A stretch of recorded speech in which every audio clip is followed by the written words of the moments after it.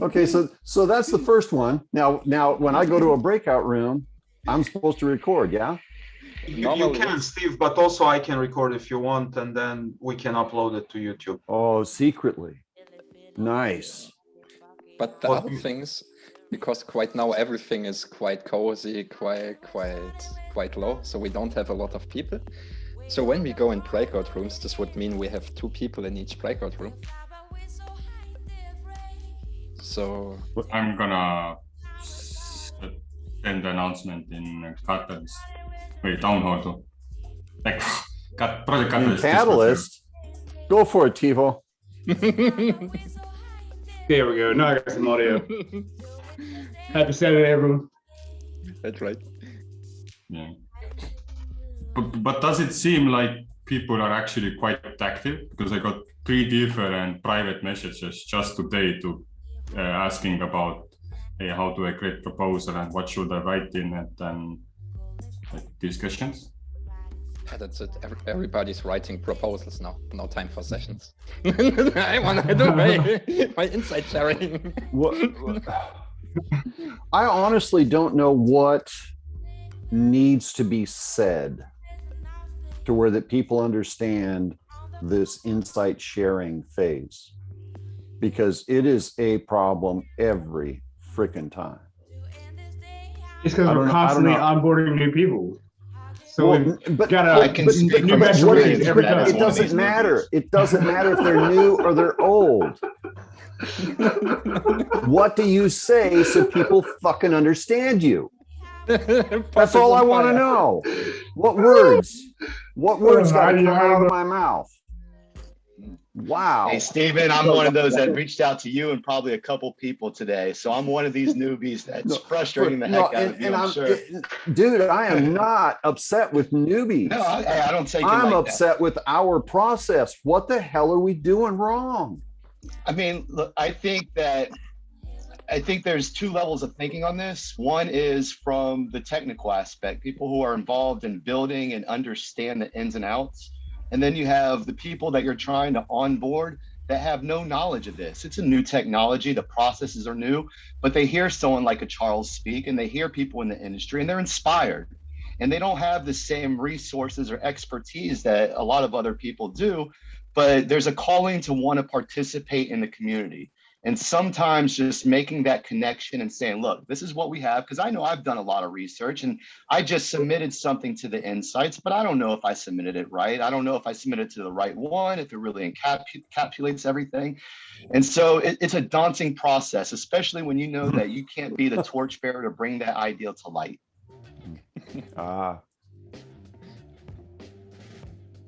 So that's my perspective on it. Nice. Yeah, I'm really struggling with the, because the announcement of Catalyst to a new person is you can submit a proposal to get funding. That's the draw, right? That's the hook that gets you to come in and listen. Not to everybody. But to the lion's share of the individuals, obviously that's what it is, because that's all they want to do, submit a proposal. So I'm beginning to question, do we have the insight sharing in the right place? I think if we moved it to the end, would we be better? Dude, what the heck just happened? This is cool. Look at that. Frickin' A. How come I'm not in the front row? I want to sit in the back row. That's Put me in the back. Put me in the, I want him to be in the back. Okay, Stephen goes to the back. The bad kids go in the back. Perfect. So Perfect. I always sit in the back. Me too. Jacob and Thibaut is out front. I can tell you why if you care. That is too funny. So who are the smart kids? Who goes in the Nori is a smart kid. Nori goes there. And I'm the ghost again. Chad is only doing. Look, Tito and Jacob teachers pets. Yeah, Track and Chad. You are in the background. Yes, you are doing weird stuff. Yeah. Steve's dancing like a ninja. Being in the front in water. Front of the class, like both fronts. I don't know if I'm okay with this. Brandon goes there. Okay. Ah no, this is Domin. It's the wrong one. Brandon. This is a coast. This is weird. Wait a minute. This is too much. Oh my gosh, somebody's sideways.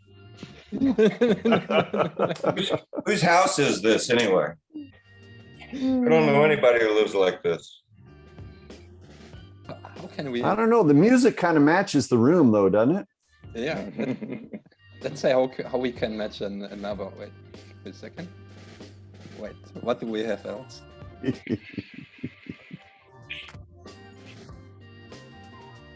We don't have. Do we have? I think Tivo and Jacob are in the best seats for them. Oh, no, this is even better. I like This this. is nice. I like this Yeah. one. Oh, how cozy. It would like a bonfire place. Tivo, high five. Bonfire.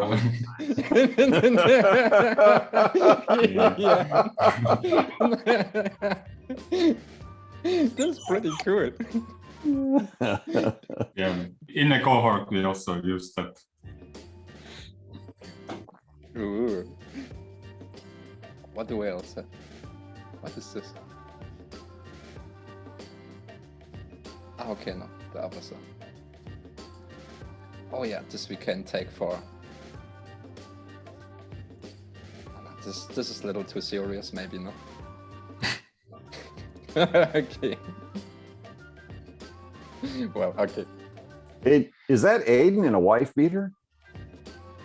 Aiden? Did I see that right? Nah, this isn't Aiden. Utente isn't Aiden. That's definitely Derek in a wife beater. Oh, that was Derek. I'm so sorry. Yeah, everything was all screwy. It was Derek's always in a wife beater. He's in Florida. He gets a free pass. Oh, Derek. No longer in a wife beater. show this on. Yes. Okay, so let's kick off. So welcome to today's Swarm session. We have breakout rooms, cool people, nice atmosphere, a lot of things to do, like usually. Well, I prepared nothing for intro slide or whatnot, because we thought, okay, we will have 2 people today, but we got more people today. So we are not professional today. We really bring it back to the beginning. Just some nice people coming together, jamming around interesting topics. And today we have Pops. Pops is Steve Eldridge. He has his unofficial Pops name because we call him the community's grandpa. So if somebody is not gentle, be careful, Pops is coming. And if somebody Don't make me come back there. and if somebody wants wise words, yeah, you go to Pops. And you enjoy a beer with him. And sorry? Okay. And Pops is presenting today. Pops, what are you going to present today? Today, I'm going to talk about my experience doing the Fund 1 one-year commemorative NFT and working with Mad NFTs and working to get this thing done. So yeah, anyway, I don't have anything planned other than, hey, this is what it looks like. And this is I'll just talk a little bit about the experience and answer questions. So how do I call your breakout room? Pops Fancy NFT. Nice. Yeah. Pops Fancy first cohort NFT Ada Moon Space. We're gonna run Ada Moon Space. We're gonna run out of room for a name here. Yeah. I think we should have started with somebody else and got to me, so you'd be out of imagination by then. Okay. So then else we have, I think, Tivo, no? Yes. What are you going to do, Tivo? This. Okay. Today I'm gonna browse through idea scale and look up what people write is in insight sharing, and have a discussion about what they write. Then perhaps we could pull some people together or collaborate with some people to see are they interested in this or that, because we have some of us know this community already and know what kind of projects are going on and could point to the right direction these newcomers who are sharing their insight. So Tivo, how do we call your room? The horrible idea scale. Because for those who don't know idea scale yet, prepare yourself for a horror trip. Actually, you're right about that, because right now I'm trying to prepare the list of problem sensings, but whatever I touch, I only get the fun 1 and fun 2 ideas popping up and problem sensing, and none of the insights. Okay. But okay, so idea scale horror room, but with Tivo you have an amazing guide through the space because he knows quite well about everything. So Tivo's idea scale perfect guide. I call it like this. What do we have up? We have, wait, just let me check. Ah, yeah, me. No, before Jacob and Dominic. Ah, this is cool. Yeah, what are you going to do? Thank you, Felix.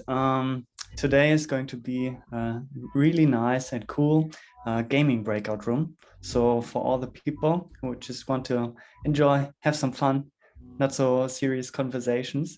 And we have different games that we can play together, like strategic games, but also very short, funny games that are highly interactive. And so depending on who comes, right, we just decide democratic what we want to do together. So I have a few games in mind, and maybe also you have an idea, and then we'll just go on with that. So how do you call your room? Democratic games? Yes. Okay. Democratic games. There you go. And I also have a room. Yes, I have to make a room. So I will speak about the challenge teams, new roles which have been announced in the last town hall, and it's a really interesting role, I think. And yeah, as there is already a definition, I think maybe we can jump a little bit around, imagine how this should look like in reality, and I call it, how do I call it? Teams? Sorry? What's the purpose of the challenge teams? Ha!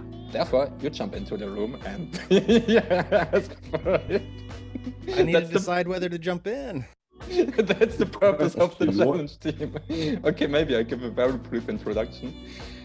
Well, you can submit challenges in Catalyst, in Idea Scale as well, which is, I think, one of the most underrated game changers in the whole ecosystem, because this is the place where you will, when your challenge is submitted and voted for, this is the challenge where you will 1 fund later submit your proposals in.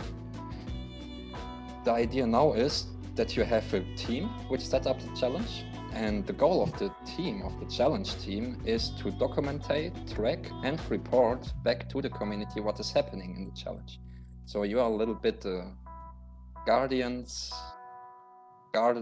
of your own challenge when your challenge is voted. Yes, that's about challenge teams.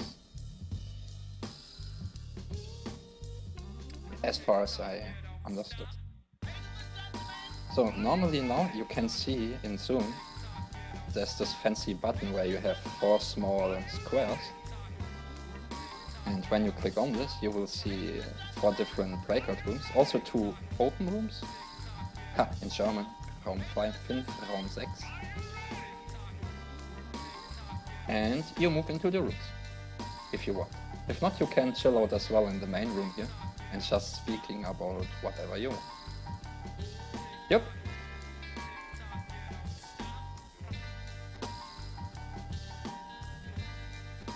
Maybe I stop the music, eh?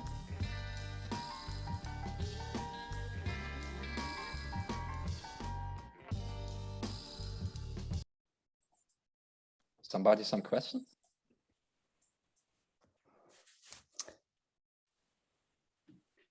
Is this now already the time to jump in the breakout rooms? Yeah. Yes. And you are in democratic games. And Adam, do you know how to reach the breakout rooms? Yes, he does. No. Emily, you're muted. Good morning, Felix. Well, happy with the music. Buenos días, Juan. El música es definito. Oh. Oh. Okay, I have to jump into the challenge rooms. Emily, Vincent, Juan, Juan. Where do you want to go to? Let me check what's available. I just log in. All right. We have once Pops, Stephen Eldridge. He's presenting his NFT cohort #1 project. Okay. You have Tivo, who is driving a run through Ideascape. You have Dominic and Jacob in a gaming room, and I will make the challenge team room. So to speak a little bit about the challenge teams. Awesome. Let me just go to start with the cohort. Thank you, Felix. Yo, see you. You are all fine? See you. Sure.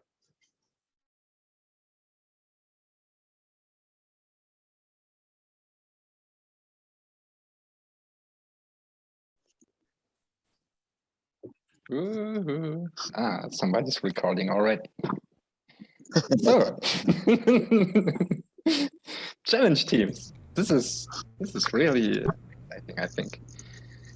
Is anybody familiar already with the challenge teams, or is it for somebody still very new? It's new. Reintroduce the concept, because I kind of I'm easily distracted, so I never ever really got it. Okay, so just give me a second. I will just drop a link already from the last town hall presentation. When you go there on slide, I think it was 44 to 46. There you have a definition about what the challenge team's definition is so far. Maybe I can do screen share as well, so we can run together through it. Hi, Mitch. Hi, Ian. Hello. Welcome. Yep, nice being here. So, and maybe a very short update already. Challenges, challenge teams, challenges. Everybody knows what is a proposal. And everybody knows that a proposal have to be submitted in a specific challenge.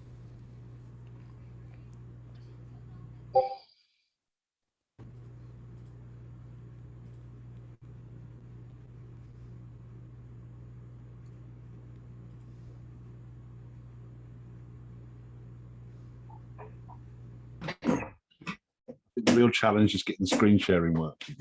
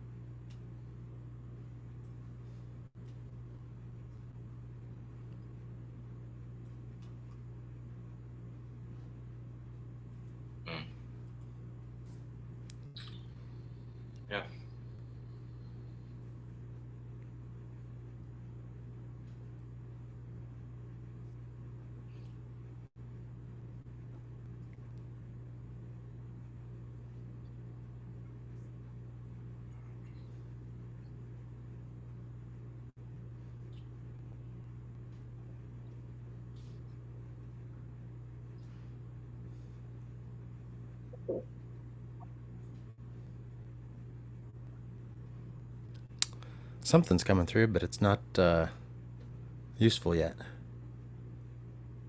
Ah, there we go. Ah, but why do you wait for me? Sig 0000. Wait. Because I think something brought up. Ah, sorry for this. Okay, does it work now? No. No? Okay, just give it a second. Be kind, rewind. Yeah. But why are you waiting also? You're big guys, you can run through it alone as well. You don't need a host. Come on. So if we're setting a challenge, and then we're going to accept or we're going to entertain proposals in that challenge, is the challenge team about collaborating on the assessment of those proposals or on the details of the challenge that we're trying to set? Or no, at least, hey, it came through. Ah, okay, cool. Okay, so let's jump to slide. It's here where it starts. So let's read what we have there. Well, problem statement. With 20 challenges and handover of challenge settings to the community, the Catalyst team cannot keep up with the efforts needed to work with challenge effectively. Point 1, there's no incentive for authors of challenge setting proposals, because right now, if you submit a challenge, you gain nothing for it. You can set up the budget for the challenge. For example, you say, okay, I make an NFT challenge and the budget for the NFT challenge might be 40,000, for example. And when the challenge is be voted and everybody is agree on in the normal process, as well as submitting a proposal, then your challenge takes place 1 fund later. For example, in this case, this would mean you submit a challenge. When the challenge is voted, the challenge would take place in Fund 7 and would last minimum 2 funds. So Fund 7 and Fund 8. How it exactly is going on later, I have no clue. Len, maybe you know about it. How long does a challenge stay? You got me. I didn't know it went on for 2 sections, 2 funds. I don't know. Okay. So as far as I know, it's normally X plus for 2. Okay. But yeah, to come back. Exactly. And right now, when you submit the challenge, you will earn nothing. For example, in comparison, when you make a proposal, you say, okay, you ask for a budget to execute your proposal, you will receive the budget when you are voted. Chat, you have a question.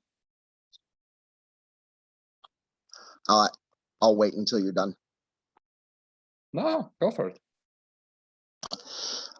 I just wanted to clarify to see if I'm kind of going on the right mental journey with it, where essentially this is like getting sensor data, like ultimately trying to figure out a way to better have like per challenge. And like, because we were talking the other time about the guy that was the father of public relations or propaganda. And I kind of figured that it's like, well, you know, there's nefarious ways about that, but at some point that's an office in a corporation and a company type thing, and it's like a funnel of information, a funnel of stuff. And so I'm wondering if that has any relevance, because my mind's trying to connect those dots, and I'm just trying to figure out if that's a relevant dot to connect or not. Maybe Nori, you want to comment this? Yeah, I'm unmuted. Okay. I think my mental model, I just want to put out there to see if it's correct, is as Catalyst grows and scales out, these challenges can't all be managed by IOG or Cardano Foundation, or whoever is there. So they need to decentralize the role of making sure that the challenges are being properly executed and monitoring metrics and report how successful they are and stuff like that. So in theory, we could have thousands of these things going in parallel. And it's just a way of decentralizing the work for all that. I think that's why there is going to be compensation for this role. And so my question is, will every challenge have a challenge team? Or is it going to be just select challenges that the community votes on to have a challenge team? Or can a proposal choose to not be as forthcoming with, with the visualization, the optics of it until they get to a certain point? This question, we don't have clear answers yet. I think this is something where we have to, because the only things we have are this 3 slides here, and they don't answer these problems. But from my understanding is already, it will not mean that each challenge has a challenge team. You can submit as a challenge team, which would say already, okay, therefore you have to set up a team already. And as a team, you submit a challenge together, which makes you naturally and forcefully the challenge team. Len, you get the question. Yeah, I was going to echo what Nori said. I think that this ties into Door's IOG comment in the circle, that their problem is how to get IOG out of a leadership role and perhaps into a supporting role. So I think that this is a mechanism that they mentioned is, okay, let's try to find ways to create teams of voters or whomever to manage that. And I think it's kind of all, those 2 or 3 slides don't really do much for for the concept other than to launch it. Yes. So I think that's the motivation for it, is to start to build a foundation of community management of Catalyst. Totally second this line. I think this is exactly where it needs to go. So we saw the problem statements. And if I would continue, then I think that what we could do, this group, whatever group, is to really define it. And I don't think we need to necessarily be limited or fenced by what is on those 2 or 3 slides, but to come up with ideas about challenge teams. Maybe there's a couple of kinds of challenge teams, but rather than leave it, I think that IOG is looking for help. Yes, totally. And I just want to base on the beginning, just on these 3 slides, because this is something what we have. This is something where we can say, oh, okay, this exists already, and where we can build up later in the conversation. Just to run again, just shortly through the 2 last points of the problem statements. So challenge ROI, I think this means the return of investments, if I'm not wrong. Needs to be Return tracked. on intention. Yes, okay. Of intention, okay. Needs to be tracked not only by numbers, but also through careful analysis and communicated back to the community. 3rd point, knowledge and expertise around the problem space need to be maintained. We need someone to care about this. So, well, we have the solutions. Okay, the challenge team. Challenge teams are the winning proposing team who got funded via community vote and accepted the role. So I think the second is already what we said before. So you submit as a team, a challenge. How does challenge team look like? I think there will be some criteria on a later stage.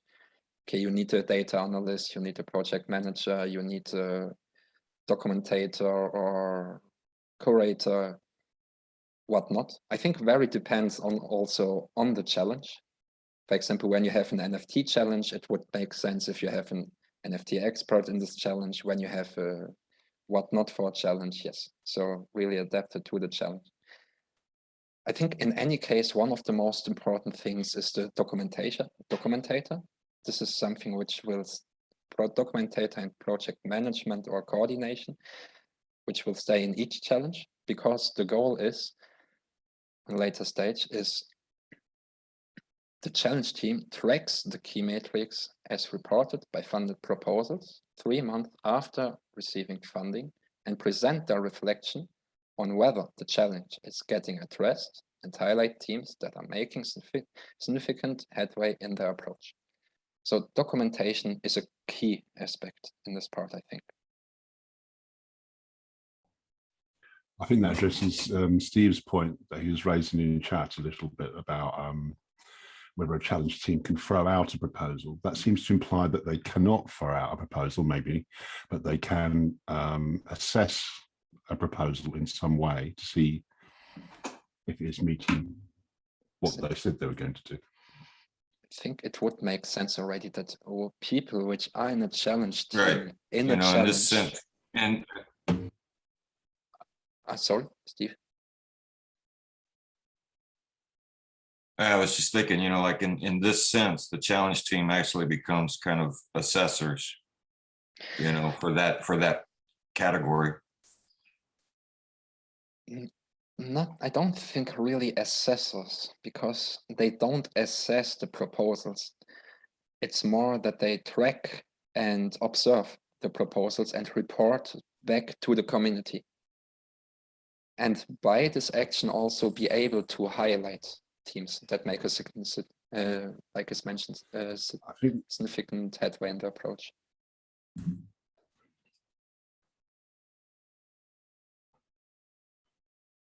I suppose a lot hinges on the meaning of their reflection, because their reflection implies a judgment, doesn't it, Felix? Don't you think? They're like, these proposals are great. These are just kind of suboptimal, you know, like we don't want to be negative. I think it might be a way of introducing an auditing element. But as you say, Felix, it doesn't seem to be very clear. It doesn't seem to be an assessment, does it? No. To steward the challenges in Catalyst. And at first Len and then Ken, you raised your hands. I'm sorry, I forgot to put it down, but when one of the things you were reading or saying before is that the challenge team proposes the challenge and the community votes on both the challenge and the challenge team. What if the challenge is good, but the challenge team is not so attractive? Yes. How do voters vote then? I think that connection is like too much. That'll never happen. Yeah, that would say already. Okay, each problem requires a solution, and each solution provokes new problems. So there we are. Yeah, I think in that sense, let me put my hand down. I think in that sense is that what we have to do is not be constrained about what's on those slides, and in terms of the details, and come up with get some really fundamentals. IOG wants helps. Felix, you talked about when right now, I don't know, there's 16 challenges or something like that. We have 18.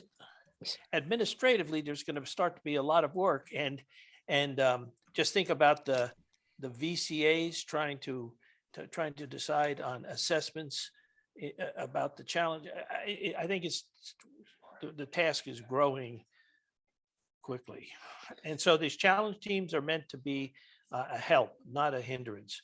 So I think that what we could do is either here or in some other group is try to rethink or try to think through this without too many constraints. Yeah, because I think also when we look on a guideline, the CAs and VCAs, they go in action before the proposals are voted and funded. When the projects are voted and funded, they come in the cohort. And I think that the challenge teams are mostly an afterwards action as well, because when the people go into the cohort right now, for example, it's a little bit difficult mostly to say, yeah, I'm in the cohort, and then you expect very good guidance and high quality facilitation and assessment, but no, it doesn't exist yet. The biggest focus is on upfront, the proposal. So writing the proposal and everything. So Felix, Yes. Felix, sorry, would you put up that guidelines? Because I think that's where we should look. That was the next slide or something. Yeah, I think we should look there.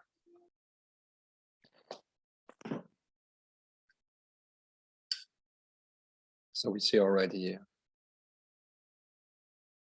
Okay, once that the challenge team focus on the challenge.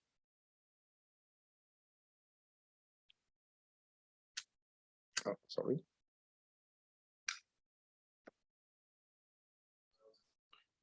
So this is saying that the challenge team are the ones who decide what the challenge is going to be and offer for voting. And so I guess that's linking the challenge team with the challenge. And then we have that one other issue. Yep. And also when we compare, for example, on the existing roles which are paid from the treasury, so CAs and VCAs. CAs and VCAs are anonym, ideally. The challenge team isn't. This is one big difference already, I think, which is quite important to mention also.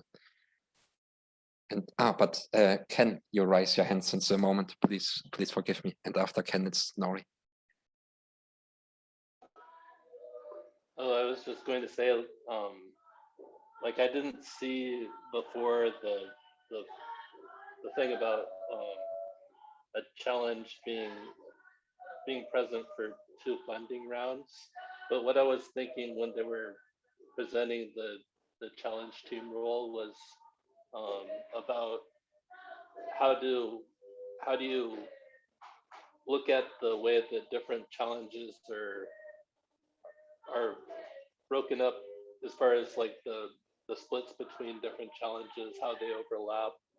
I think there might be something related to the way that different challenges work together in the overall Catalyst system. So like, I don't know, if you have like 5 different challenges that mostly are all about the same thing, then that could get out of hand once things get bigger.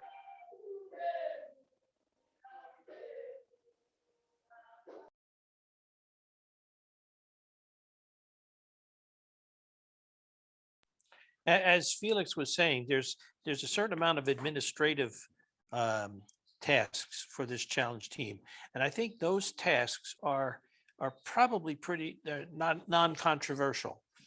Then there's other tasks or guidelines, whatever, that become controversial. And so maybe if I think, as you said, in documenting and reporting and things like that, that's an administrative function that shouldn't be too controversial. Nori, you raise your hand. You are muted. Sorry about that. I just wanted to call out that according to these guidelines, it doesn't say the challenge team comes up with and sets the challenge. It just says they present the challenge. So that needs some clarification, because my reading of it was there could be an existing challenge and then a bunch of people get together and say, we really are passionate about this. We want to be the challenge team. And then they present themselves and get selected by the community to be the challenge team. So, because anybody can submit a challenge and say, here's a thing that I see, I want to create a challenge so people can come up with proposals, but they might not be the best person to do the administrative tasks. And so, yeah, that's, for me, that'd be a great point of clarity, because I can see it working where you have a challenge and then 3 or 4 teams present themselves as the challenge team. And then we vote on which one we think have the highest criteria to make it successful. And I see them primarily as, like Len said, an administrative team. They're not there to really make decisions or do evaluations. They're there to record, track the metrics, see if it was successful or not, and kind of present to the community, these teams succeeded, these ones did this, and kind of just take that role away from the centralized teams that are doing it today and just kind of farm that work out is kind of how I'm seeing this. Yes, I think it comes quite good to the definition. The only thing is really that I think it was mentioned here, challenge teams are the winning proposing teams who got funded via a community vote and accepted the role. But there you are right, Nori. It is not especially mentioned that this has to be for a new challenge or for an already existing challenge. So quite curious to see when they come up with a better definition. Because right now, everything what we are speaking about has to be a little hypothetical. But yeah, I think it's already quite important to start the conversation. And Ken, you're raising your hand again. I'm pretty sure that when they presented it, they said that the proposer of the challenge would have the option to, if they were up to the challenge of being the part of the challenge team or taking charge of that, they would get the opportunity to, but they could give it over to someone else. That was my understanding of what they said.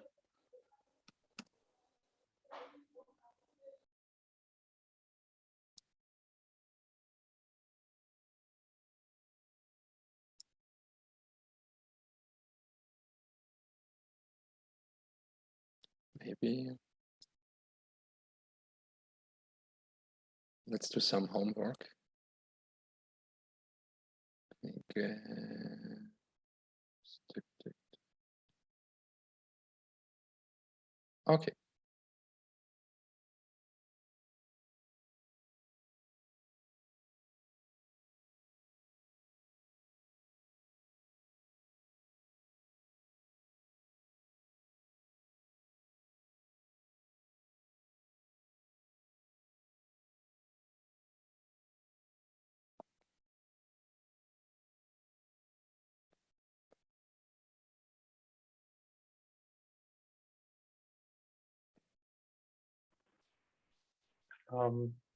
We cannot hear this. If Felix, just so you know, we can't hear this.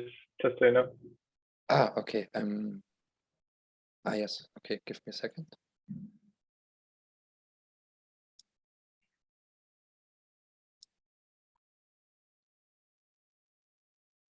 Challenge settings is about setting new challenges. Actually, this needs to be updated. Sorry, but let me show you something. Okay, so we're gonna do a pilot of a new role for Fund 6, and we're calling it challenge teams. So why are we launching challenge teams? Okay, so we expect that there are gonna be somewhere around 20 challenges or more in Fund 7, and also the amounts funds allocated are huge, and the community is going to have the control. So we as internally IOHK, we just cannot keep up with all the efforts that are needed to work with challenges effectively, because challenges are the engine, they're the problem, and we need to nurture them, and we need to take good care of them. And right now, there's no incentive for the authors of challenge setting proposals to write challenge setting proposals, besides just wanting to make an impact. Also, the return on intention for each challenge need to be tracked independently, and not just like numbers in reports, but also careful analysis of it and communication of the analysis back to the community, right? Did we actually address the challenge effectively? It's not just a game of numbers, it's a game of human understanding. The third is, I think this was this is an important point. I think you mentioned it's not only about numbers; it's about human understanding. Because if not, you could simply launch some analytic programs just to say, oh, okay, how does it evolve and everything. But yeah, maybe you will leak some very important informations by this. But when he says the challenge is composed of proposals, and it's the proposals that are actually doing what the challenge says.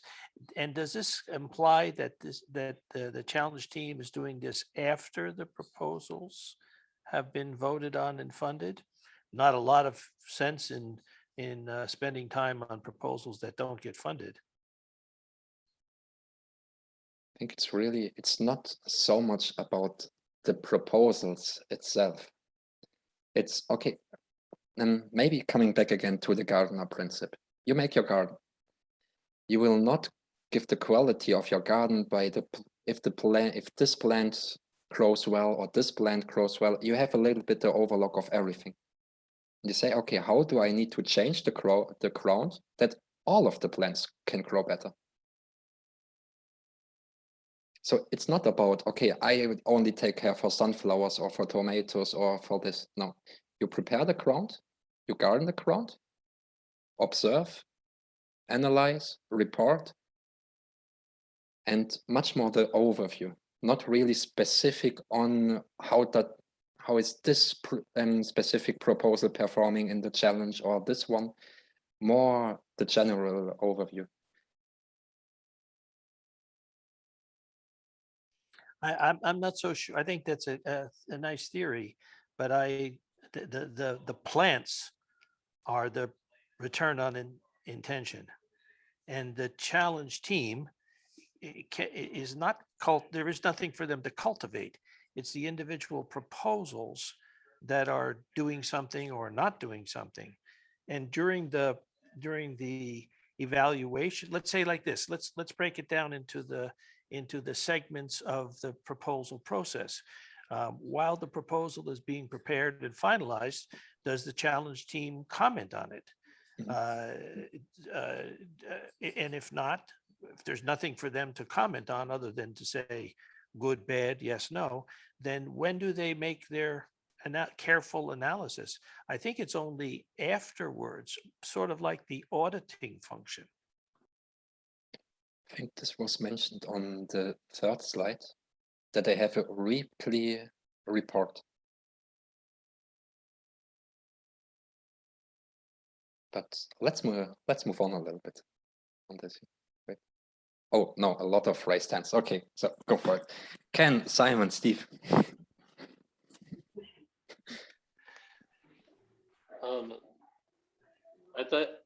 I think that like during the challenge, just making sure that people have a way to understand the challenge better.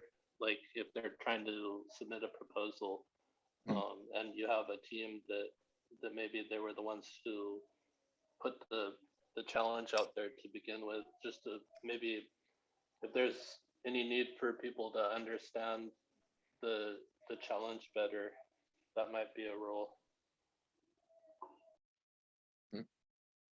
Simon. Yeah, I think like I haven't figured this out yet, but I feel like yes, the reports from the finance proposals, they should inform the challenge team, but like every proposal is only one, singular data in the whole Catalyst system. It's just like, yeah, it's just like one element of like the Catalyst is a bigger thing than any one proposal. So I don't think like that should be a problem, right? And also, I'm not sure like when should, like what information should inform their opinions on, like should the proposals themselves that get funded, should that inform their opinion, or should the reports afterwards inform their opinion? Should the outcome at the end inform their opinion? Maybe all of them, I don't know. I think this are, for example, measures which can be defined in the challenge itself from the challenge team. What they expect from the proposals, which submit their proposals in the challenge. So that the challenge team, because they set up the challenge, they proposed the challenge, that they said, okay, and for the proposer which submit their proposals in our challenge, these are the requirements, these are the criteria. To really, I think the goal is really to specify it much more than it is right now.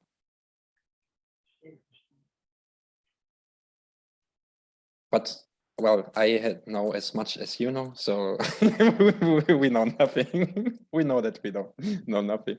But Steve.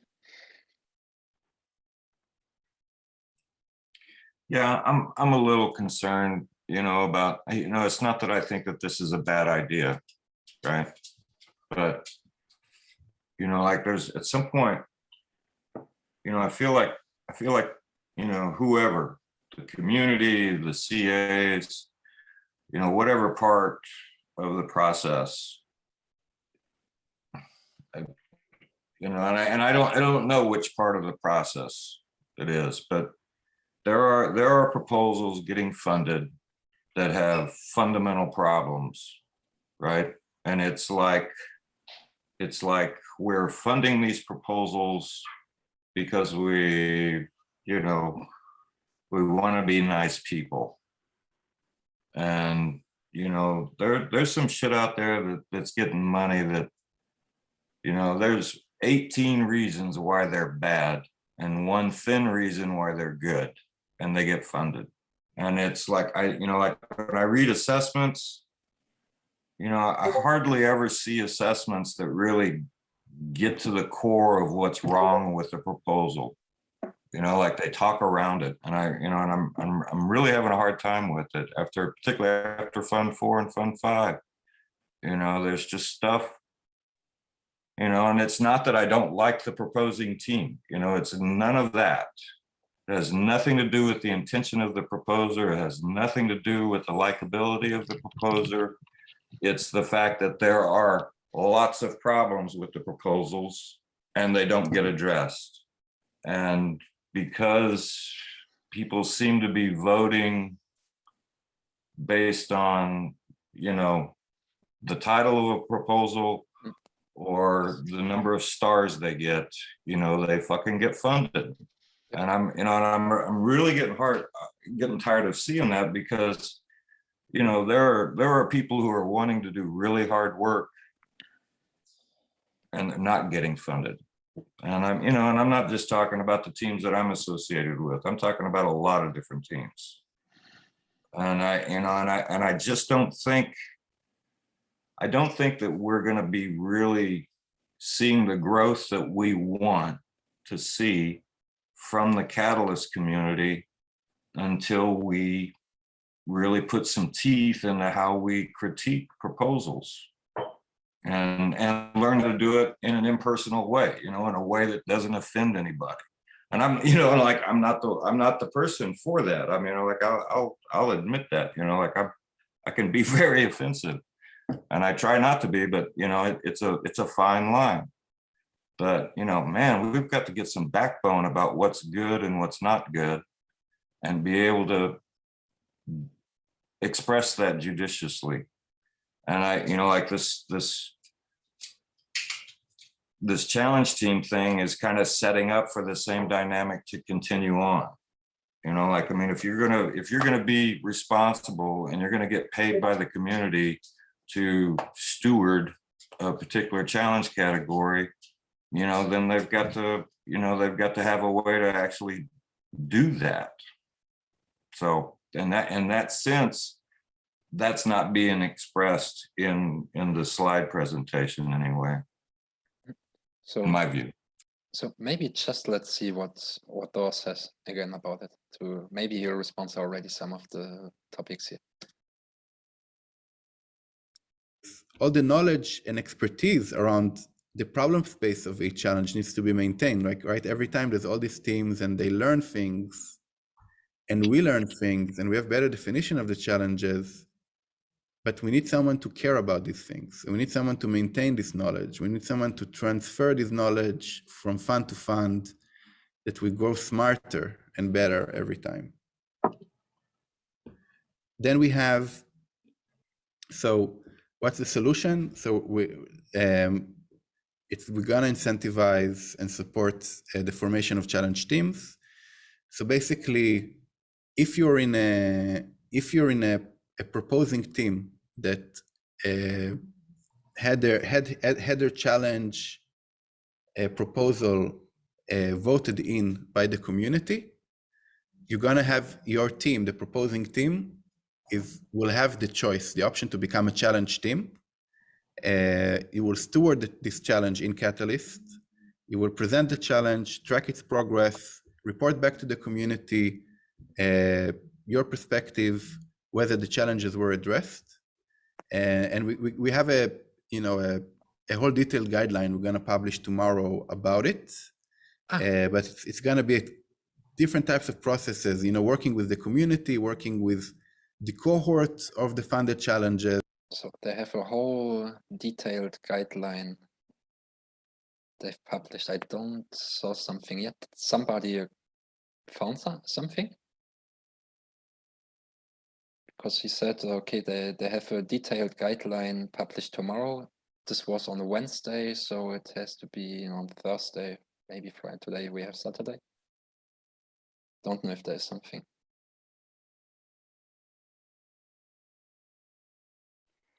Is it hidden somewhere on idea scale? I just looked today, but I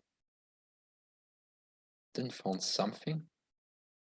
Maybe let's ask our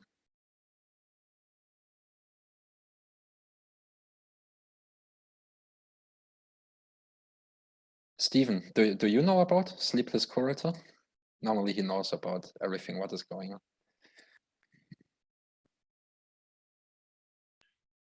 No, I haven't seen anything. Although I haven't checked Telegram that much in detail, so it might be hidden on Telegram somewhere. But I doubt it's the kind of thing that Door would spread widely, I would have thought.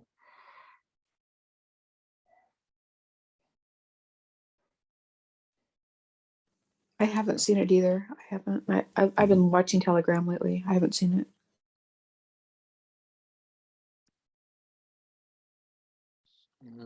Just let me check. No. So I just think, okay, there's nothing yet.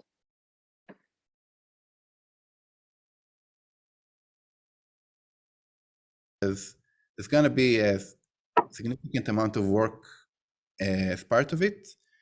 And we're going to, as a starter, as a pilot, we're going to incentivize each team with $2,500 worth of ADA, provided they actually do the work. So there's like a bunch of boxes they need to check, a bunch of tasks they need to do. And if they can show us they did it work, they will be eligible for this incentive. So this is like a bit more detail, so, we want them to present the challenge to the community, have focused breakout sessions in the after town halls, lead retrospective sessions, facilitate sessions with proposing teams, facilitate sessions with funded cohorts. The one thing I want to say to everybody here is like, don't be intimidated by this list, okay? Like if you have the will, the desire to take on this role, we're gonna give you all the training and support that you need to do it successfully. Don't worry about it. You are worthy. Just jump ahead and do it. We need you. So. Okay. So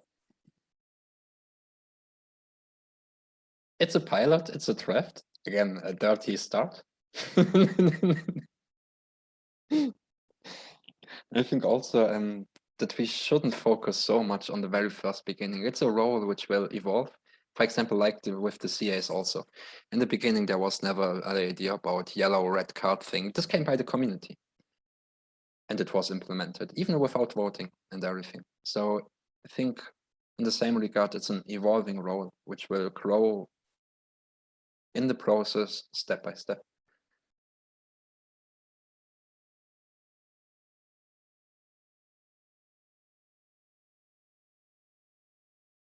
Len, you raise your hand, or you forgot to lower. No, I do. I think one of the ways we might work this out, for me, I think that listening to Dor was very clarifying. The way I heard it, this is an after action report. It's not during the proposal section. It's an after action report. That's my interpretation. Maybe somebody heard him differently. But we might, in order to clarify, why don't we take a look at a challenge in Fund 5 or Fund 4 and see how we would apply it to that challenge, because then we'll have something with meat on to talk about. I'm okay for that. You have an example? We can choose the DApps or the dev ecosystem or a smaller one from any of the funds, and pretend that that was the next, that we're applying the challenge team to that challenge. Maybe not right now. Maybe that's for another session, because it's probably going to be. But by using an actual example of a challenge, we might clarify.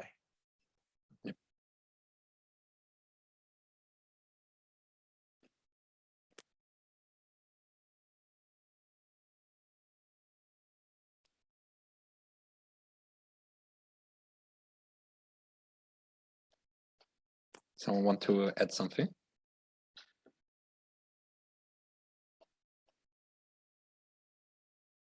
No? Okay. So see you next week. I'm in deep thought about this. I'm trying not to look at it as an information funnel. I don't see it as being anything nefarious if it is after all voting and funding is completed, and then it's literally for archival and historian purposes and stuff.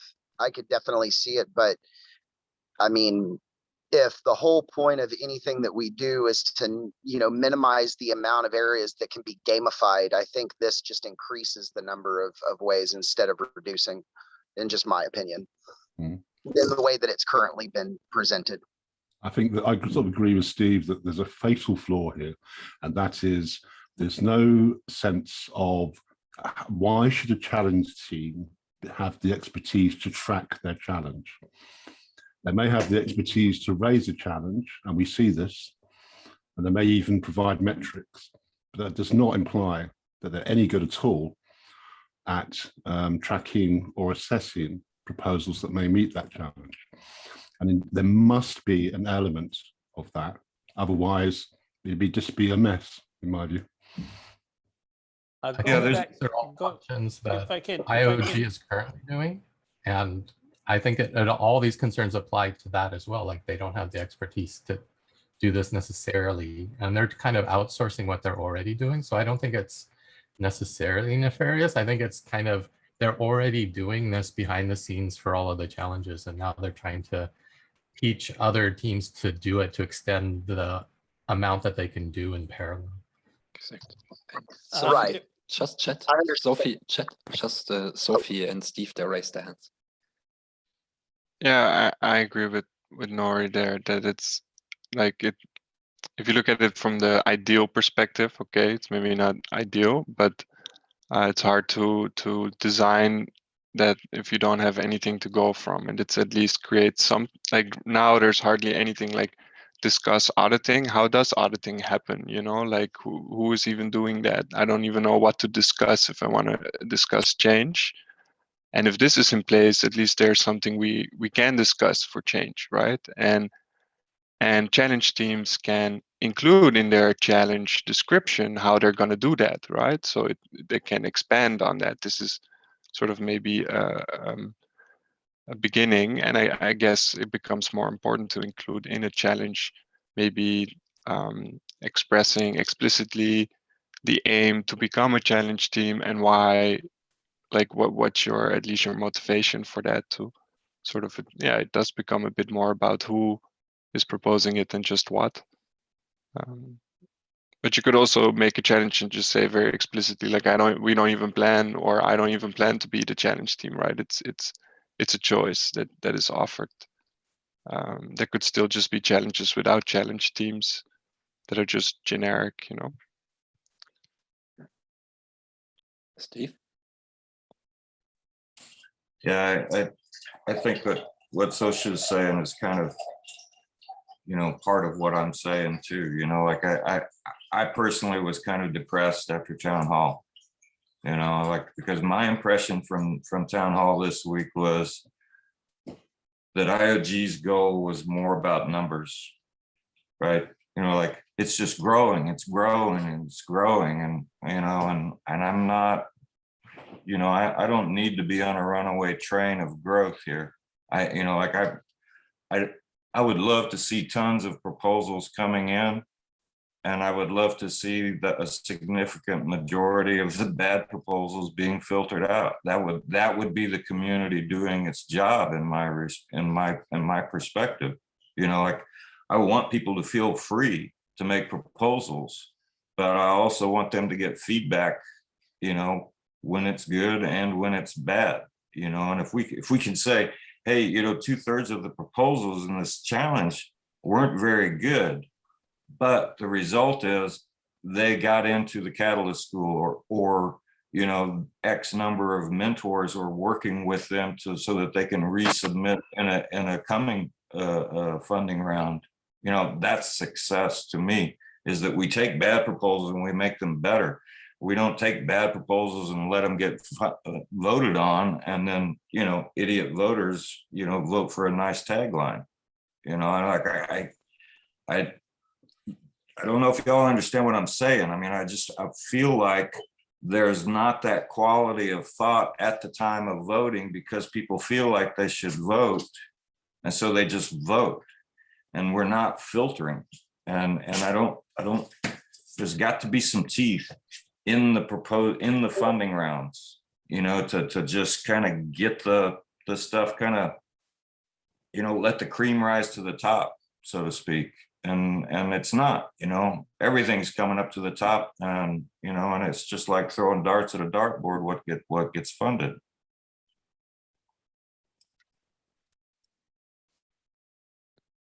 Len?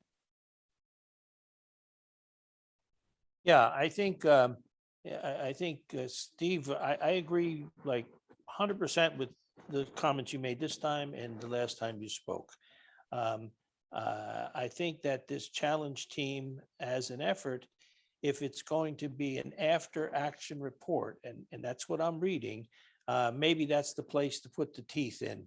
If we don't have a chance to put the teeth in early during the voting stage or assessment stage, that the challenge team can make a let's say a realistic analysis of okay, this challenge consisted of 17 funded proposals.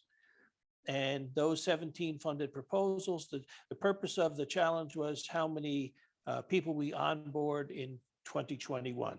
And there's some mention by Dora of 3 months. Within 3 months afterwards, we can say, after talking with the 17 proposals, that it looks like we're going to meet that challenge 10% of the way, or something like that. So I think maybe, Steve, that'll be the first option to be able to put some teeth into the improving the quality. I think we should reactivate. Steve, maybe you want to get back on the proposal filtering Discord channel, because that's a subject that that is real. When I calculated, Dor wants, his goal is 2,500 proposals in 2021. We have about 800 proposals so far. So that's 1,700 proposals more that they're looking for. I didn't hear anything about quality. I just heard that we want 1,700 proposals. Right. Hey, which server are you talking about? Are you talking about on the Catalyst server? No, on the Catalyst server. Proposal filtering is one of the channels. Okay. Nori? I just wanted to mention one way that I use to kind of disentangle a lot of this, because it's very complicated. And just going back to what Steve said and the actual challenge team stuff, I think it might be helpful to think about leading and lagging indicators. The leading indicators are inputs to a system, and you measure like that because you think it's going to affect positive change. And then the lagging indicators measure what happened. And the challenge team is kind of like the lagging indicator team. They're measuring what happened and are going to report on that. And I think that's important because we need to know what happened and do the retrospectives. But to Steve's point, I think we also need some kind of leading indicator thing, and that could be through quality proposals or say education of the proposal teams or improving writing skills or mentoring or shaping their proposals to make it as good as possible. Those are all leading kind of indicator measurements that I think are really worth discussing, but might not be relevant for the challenge team discussion because it's a lagging indicator kind of a group by default, by definition. So just to help simplify the conversation a bit, that might be a great way to just kind of separate it. And then we definitely need to talk about the leading stuff at some point and how we improve that. But for the challenge teams, it's really the lagging stuff. So I just wanted to throw that out there. And Marta. Related to the challenge settings and it being something that happens as after the fact, it seems like it would be important to maybe include or consider including people who voted on proposals that were in that challenge and people who did not or voted for some of those proposals and people who did not vote for them, so we get a neutral perspective on the proposals that were included in that challenge, so it doesn't become politicized.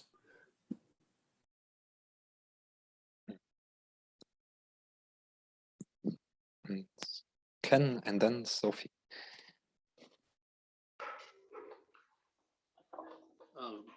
I think, I don't know, what I was thinking about when Nori was talking about the indicators before and after, like if you look at the role of the community advisors, they're sort of like a before the vote assessment, and then I don't know, maybe you can have some way of assessing the assessments like within this role, the challenge team. Yeah.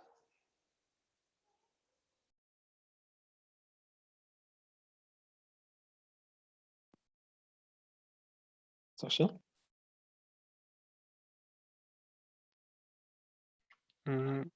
Yeah, I think as well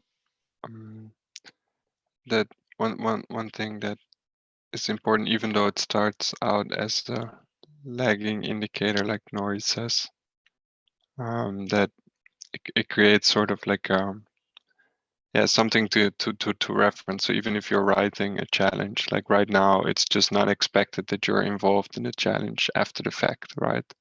So you can write the challenge and you can put that in, but it kind of, until now, that would kind of break with the expectations, right? But now it's expected that you're involved. So it's more natural for, I think, challenge proposers to add additional steps, maybe even proposing that they're gonna do some leading indication, right? It's up to people to take note of that.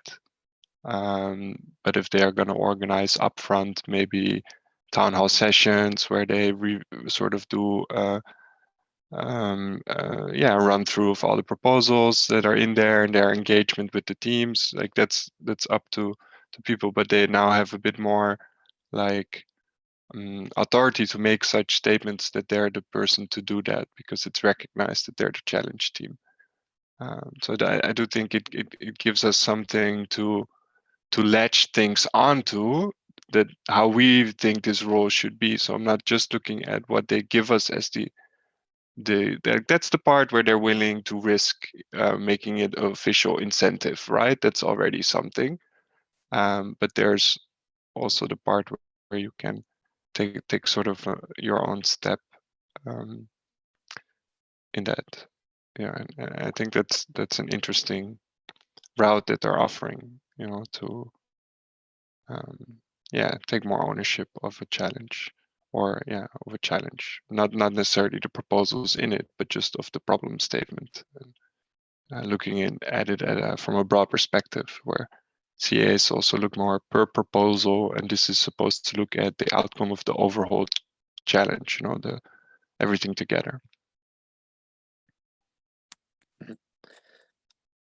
For me, there's one important part also when they say, okay, they especially, you know, that they relied on the after town halls to bring the people in the after town hall.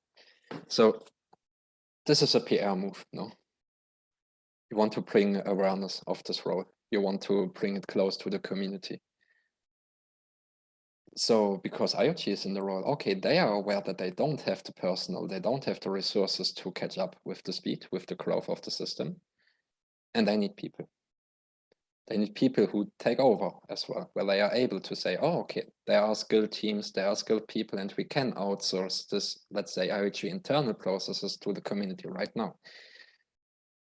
So, which means also that as more we want the community to take ownership of the process, of the ecosystem, as more professional, skilled, and well-established, well-defined, well-focused, all these groups have to act as well.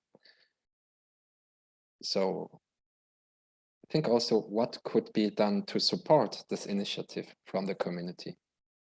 How can we maybe help team building for challenge teams? Because as more we arrive to establish those teams, as more we arrive as well to offer a possibility to IoT to outsource these parts to the community. This is something where I would, on the very beginning, focusing on to make sure already, okay, there are minimum 3-4 teams. They're executing, they're doing the first experience already. And you can even compare the teams with each other.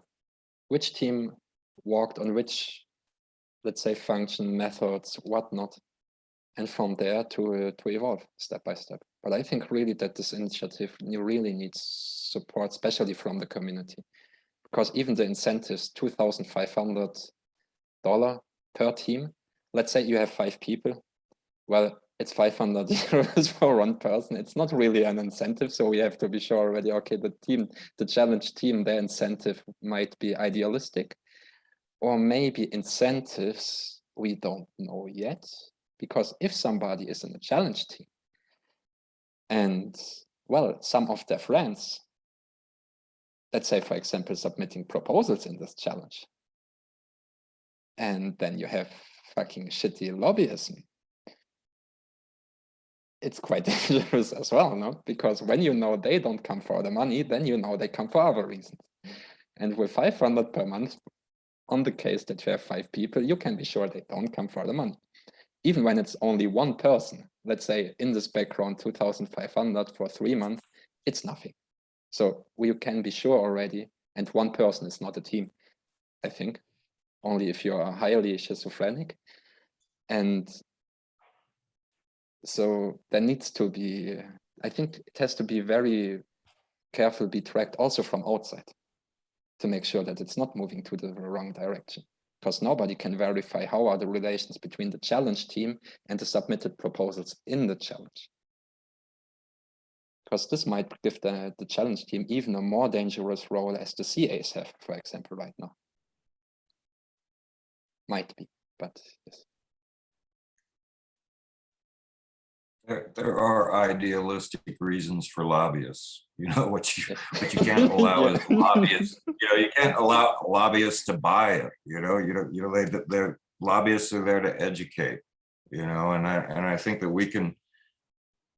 You know, I think we have the opportunity to actually do the ideal version of governance. You know, if we just kind of, know where to put the limits on things. You know, and in education about, I mean, it takes so long to understand what's going on in Cardano, like all of the ramifications and all of the different areas, like education is the biggest deal, and like you know, like we need the education too, but you know, like the education comes by teaching, you know, and understanding where the problems are, you know, and like that's why we have to say no to a lot of proposals, you know, like before it gets to the vote. I'm sorry, Lynn had his hand up.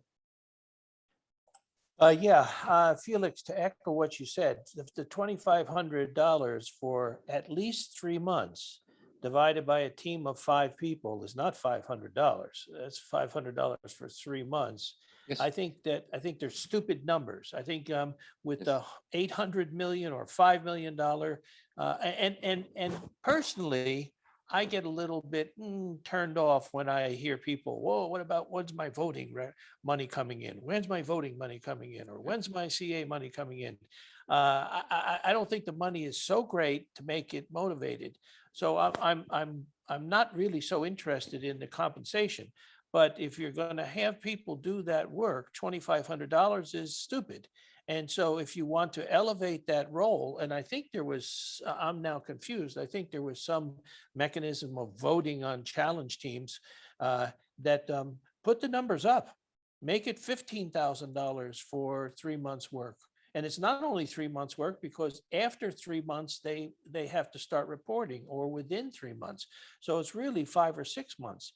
So I think one of the things that we could say is, if you're going to do this, either take out all incentives and make it for free, or make it a job, and make it a job that people do. And DOOR included that they get paid if they follow the guidelines. So like a job description. And yes to everything you said also about the possibility for people to be collaborating with other people. It's complicated. Whoever said that introducing this makes more complications, I think that was Stephen, is exactly right. I think the only reason why they keep the budget quite low is just to minimize the risk. If you start an experiment like this already, like you said, for example, with $50,000, something like that, and you use the community treasury after all. So when you have bad players, this would be, you can't drive a risk like this from the very first pilot. So I think also sorry? I was just going to say, maybe this is why they have 2-man volleyball in the Olympics, right? You know, like you don't have to split the rewards that many ways. You know, like why should you have a 5-man team if $2,500 is the reward? You know, to me, it encourages lone wolves, you know, presenting challenges, you know, because why wouldn't you? Why do I need somebody else to work with me on this? Sophie? Oh, I was muted. Well, I mean, that's also fine, right? If you care enough about the challenge, you can do that. You can convince the voters that like you're the right person for the job. I mean, that's also fine. I think, but yeah, like Len said, it's you know, the incentive is there to, I see it more to make it's more symbolic, you know, to make it official. Exactly. Right now it's an official role. So you can reference it. You can say, like, you can include it in challenges and other things. You can, it becomes a bit more something part of the system that you can discuss, and maybe therefore it's just to give like a stamp on it, you know, and then from there, like, even because whatever number it is, if there is a number, you can discuss what it should be. But if there's not even a description in a number, then it's really hard to have that discussion. And now we can see how much work is it actually, and does that feel fair? And, you know, like, yeah, I think in that sense, I mean, I do agree, like, at this amount, like, if you're not going to do it for the amount, either way, regardless of the amount of work, just saying, like, I'm going to start something now to get paid that amount in 9 months, right? It's like, that's a really big gap of time. So it's more about, I don't know, yeah, I think about making it something official, like, yeah. Len, you raise your hand. And after Len, Steve. Yeah, just to echo what Sophie just said, I think there is motivation for reputation. And I think that everybody that participates in the Discord servers and the Telegram servers who are active and contribute, there's one element of that is building reputation. So yes, as something for your reputation within the Cardano community. I think one of the things that is worthwhile for us to at least keep at the side of our mind, not in the back of our mind, is this thing is going to grow to be huge. And I think Dora even talked about it, that it could be a job for somebody to do things, not today, but in the future. So maybe that's one of the motivations to do this, is that building community reputation. Yes. Yeah, I'll just like to answer that point on reputation. Reputation isn't garnered just in Project Catalyst, it's also garnered by the voters who may not be aware of the reputation of a proposer. And we've seen this already. So reputation is not such a perfect system after all. Particularly, and also it shouldn't be, because I've seen major proposals just with major players who just give a couple of paragraphs because they worked for a big company before and they've got loads of people voting for them. That's not acceptable, because if anyone goes along to that, yeah, there's a kind of onus of communication there. So they're kind of all the people who don't know the inside story are kind of being excluded from that. Also, there is another incentive above and beyond the small amount of money. There's an enormous privilege in being given the prestige of stewarding your own challenge. You know, so that is worth a lot of money. And not forget the expertise you are now fit in the experience. Because for example, you can say, oh, okay, we want this role and let's hire some experts, and you pay a bunch of money, but yeah, you have to explain them at first what it's all about and everything. So instead of saying, oh, okay, let's start very small and let's grow the expert out of the ecosystem itself, by the challenge and by the function, it's, I think, a much smarter way also. But Marta, you raise your hand. Sorry. Oh, sure. Sort of to think about incentives and that sort of thing, and about how they play a role. I mean, that's one way to get people involved, and I agree with it being sort of like a proof of concept kind of thing in terms of the role that it plays. But also, I think that there's something that would be really important within any challenge setting group, is if there was a way to have participation by the broader community, the voters, on an ongoing basis.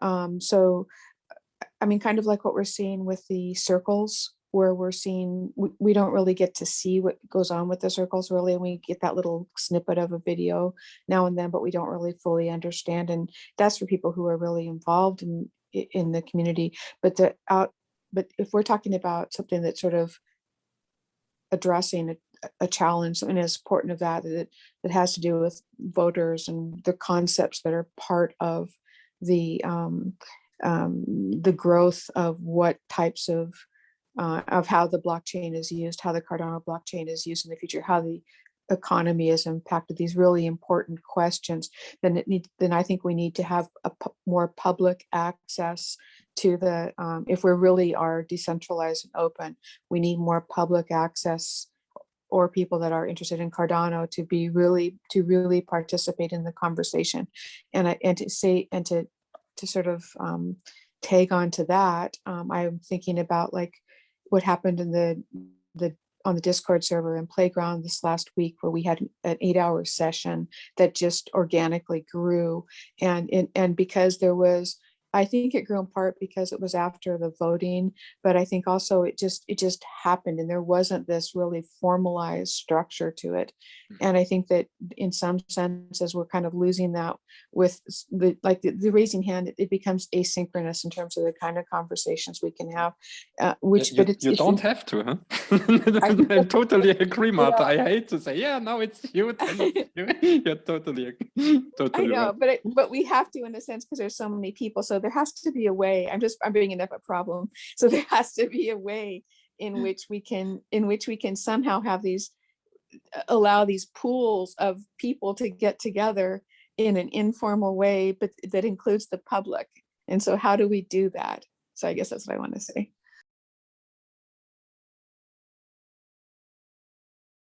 Just one thing. Thanks a lot that you said this, Marta, because I'm totally against fucking hosts and facilitators. I think that we don't have to raise our hands. I think we are smart and respectful enough to each other.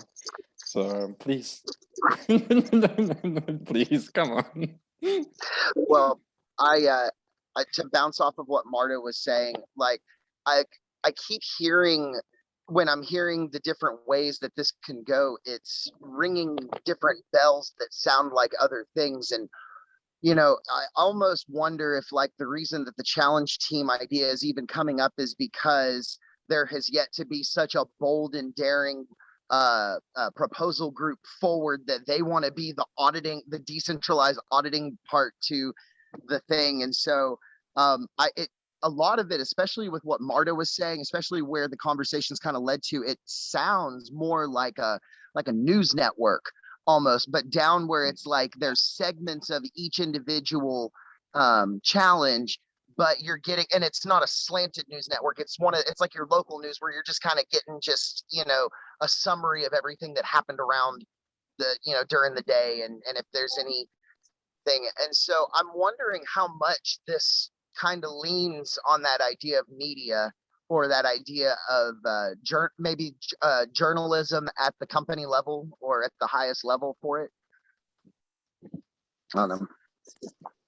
Sounds really, I see a virtual newspaper, Catalyst newspaper with a bunch of small videos and articles and hyperlinks.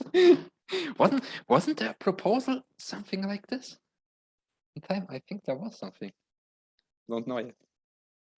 Well, and it's like that with that again, like I stress that it's like we have a lot of people that have put a lot of gumption in doing a DApp proposal or an ecosystem proposal or any number of things, but where this is a ecosystem coming where you're allowed to govern your own way and do capitalism your own way and stuff, there really hasn't been that courageous step forward, because it takes sticking your neck out into an area that no one's really ever stuck their neck out in before, and you know, have this way of like, yeah, I want to be the auditor of everything that's going on with Project Catalyst IOG and all that stuff, and I want to be the lingering KPI. And then there's like another one that wants to be the Cardano news network, and you know, they want to be the front line where every single morning while we're getting ready for whatever we're doing, we're logging on and seeing, you know, just like Sports Center, what happened with the games last night. We're learning all the stuff about what's going on within the space. I think one thing that I've been thinking about is like, what if you had something like the breakout rooms we're having here, but you randomly put a small group of people together. Maybe it's partially random, maybe it has to do with suggestions by other people in the community or something, and then have something that generates some sort of information to put on like some news sort of thing, a newspaper, news feed or something like that. I don't know.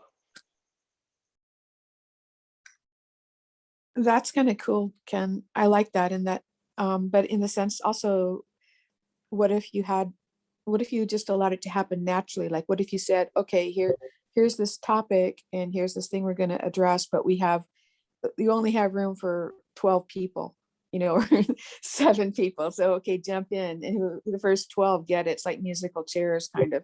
I mean, can it be that because that's random. And then, you know, then you see like who's interested, instead of trying to govern what people think or what they should be thinking about. Because like we saw here, like when this breakout room first started, nobody really understood how to really think about it. You know, we couldn't really wrap our heads around it.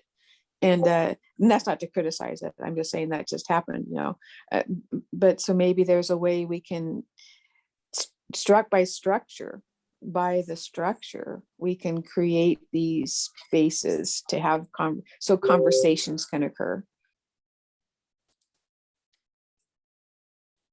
And therefore, for example, I mean, therefore we have the swarm sessions now to experiment. So if you want, just do it next week, please. And the experiments we do here and the experiments and experience can be included elsewhere as well. There's an Eastern Town Hall, there's an After Town Hall, there's swarm sessions, idea fests and hackathons. So yep. And here we are in the experimental ground. So yeah. The idea, if you were gonna have like a challenge team idea like that, following on that, you know, if you're gonna hire experts, it would be people that are passionate about following a trail of information.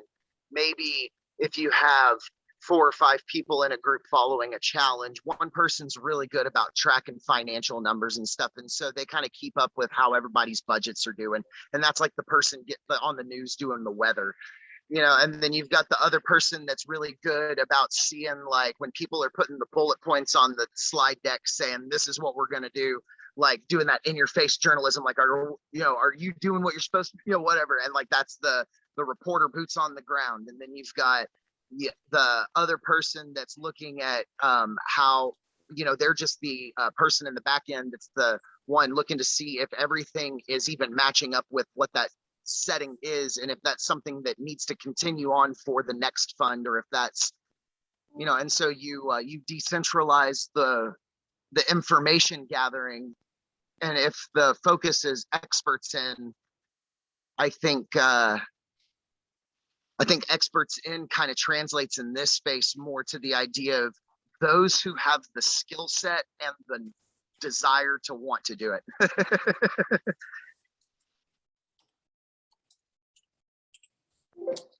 So already when you speak about the challenge teams, what do you think? How many people should be included in a challenge? Should there be a standard setup, for example? Because we see already, okay, the challenge team might be very depend on the challenge itself already. Well, you have an NFT challenge, yeah. Nice when you have an NFT artist, expert, whatnot, who's really related to this as well. When you have a DeFi challenge, well, nice when you have a financial expert there. But yeah, I honestly, I think that if we're trying to be as decentralized and as moving forward one step at a time as possible, I think that it should be a challenge right now just to define what challenge team fully means in a full skeleton structure. We don't have to necessarily have every answer already answered, but at least kind of what's a maximum profit, what's a maximum loss, with a challenge team just in general. Or is there 3 different ways to flavor a challenge team, or kind of thing? Maybe because we got a lot of big storms coming in around here. But maybe there's a kind of continuum, because there's a kind of an accessibility issue where you want, say, your single person just to raise a very simple challenge. And as I think Dora referred to that as kind of, not excluding people who don't have maybe the expertise, and that may be for a low amount of money and for something that has low complexity, perhaps. And then it goes up as the money goes up, complexity of challenge goes up. because Danny, are you here? Maybe. Hello, everyone. Hey, because Don mentioned on a Wednesday that there will be a detailed guideline for the challenge teams, which will be released this week. Do you know if there's already something? Yep, it's in front of me, but it's working version. Basically, what I did was I extracted the main points that we used for the slides last week. And essentially that was used as a baseline that will be then published. And then essentially once it's published, then, I'll leave it up for comments. So like people will be able to make some of their impressions on top of it, very likely. And we'll be probably taking it from there. I think what's key to understand is like, this is again, as always, and I don't think I need to remind anyone, especially in this room, this is the alpha version, pre-alpha version of whatever we're trying to achieve, because like, you know, the priority of the challenge team concept is the fact that since we are turning tables for setting the challenges and basically letting community determine vast majority of the actual fund, which outside of 1 million mark is entirely will be distributed based on what community thinks and feels is the best choice based on the votes. Then in such scenario, you need to start putting like accountability in place, which allows tracking that, because you know, there's no way, and it shouldn't be in the future either, because that's not the goal, that like a central entity actually keeps an eye on it forever, right? Like A, IOG is limited in resources. B, if we were to be doing it this in a centralized way, I don't think it can grow where it needs to grow, right? Because we would essentially become the bottleneck. You know, IOG would be a bottleneck at some point where this is no longer like feasible to actually keep track of all the nuances. Just like Steven said, some challenges may be very simple that maybe even I can you know, determine KPIs, but like there may be dozens of challenges where I'll be just totally left field, and there's no way I can keep track of it. Like a lot of these things we do, we're keeping track internally, but you see that with each fund, the complexity is just growing exponentially, and not only in the number of the projects that are being funded under each challenge, but the scope of those projects, just like Steven alluded to. So the fact that we will introduce the concept of challenge teams, and you know, just like Len said, I would expect this to be actually almost like a job function in the future, which people can be supported full time. The fact that it is not right now, you know, remunerated in the amount that someone can be supported. I think it was hinted here in the conversation before as well. This is to check the lay of the land and see where things can go forward, because the challenge concept, it's early, and I think we're gonna find out a lot of nuances along the way, and we're gonna start plugging in different leaks just like we have everywhere where we started. And with community's help, I think that's the goal. And I think, you know, to add on to what you're saying there, Daniel, you know, I think we're, you know, we as a community, right? You know, the voting community, like, you know, we have to decide at a certain point, and it's not there yet because IOG's got too much control over it. But at a certain point, you know, we have to recognize that, you know, we have to pay people on an ongoing basis. You know, like there are jobs that need to be done, and they need to be done every week and every month and, you know, every year, you know, and we just have to have a budget, you know, and there has to be a mechanism for deciding, you know, how much are we going to have in payroll for the people to actually do the fucking work that needs to be done, you know, and because those people need to get paid. Right now, we're running on enthusiasm and commitment, and that's great, but you know, it's not the way you run, you know, a business, you know, and it's got to be paid for, and like that has to be like, you know, like we can't have a proposal every time somebody needs to get paid, right? Especially when it's a job that has to be done all the time, you know. And so I've been waiting on that, you know, but I don't know when that can happen, you know, like if we have to wait until Voltaire, you know, actually is finished, you know, on the IOG side, man, you know, we're going to burn through people. Just would love to listen to Sophie. You unmuted yourself. You wanted to mention. Yeah, that was after Danny. Yeah, I was just curious in general about budgets. Or also Stephen mentioned this, and sort of thinking about especially now, and maybe now I'm staying a bit away from challenge teams, but just challenge settings in general. With given that it's now 5.4 million, it's going to be the majority of the funds for Fund 7. You know, it really gives a chance to redefine like which areas have how much budget, right? For example, now if I look at the challenges, there's like not a lot of places where you can even make a proposal for something like you're saying, Steve. Like I know it's not a solution to make proposals for that kind of stuff until the end, but there's now not even a challenge to like propose anything for active community work like on the spot, right? That's sort of lacking. And there's a lot of focus on cool integrations and stuff like that, which could help adoption in the end, right? But those are long gambles, and with that, like it comes quite a bit of responsibility, I think, not just for the voters, but also for the active community, because well, the voters can only vote on what is being presented, right? And if we make like a bunch of crazy challenges for really like high-end long-term stuff for really big budgets, right, then we might just end up with that and not allowed to support like active work, or the other way around, like we're gonna have to find a balance as well between and so I'm curious what people think should be budgets for challenges. Like, should they even be at 1 million? Like what's a good size for a challenge to have some diversity in proposals but also not too much risk? And like, yeah, what kind of distribution are people thinking about? Like where should the budget focus on? One thing to this, just can I for a second? Just one thing to this. Just for example, okay, I just love to use my own situation because yeah, okay. So for example, in regard to Swarm, it's exactly this case. Okay, a walk which has to be done all the time.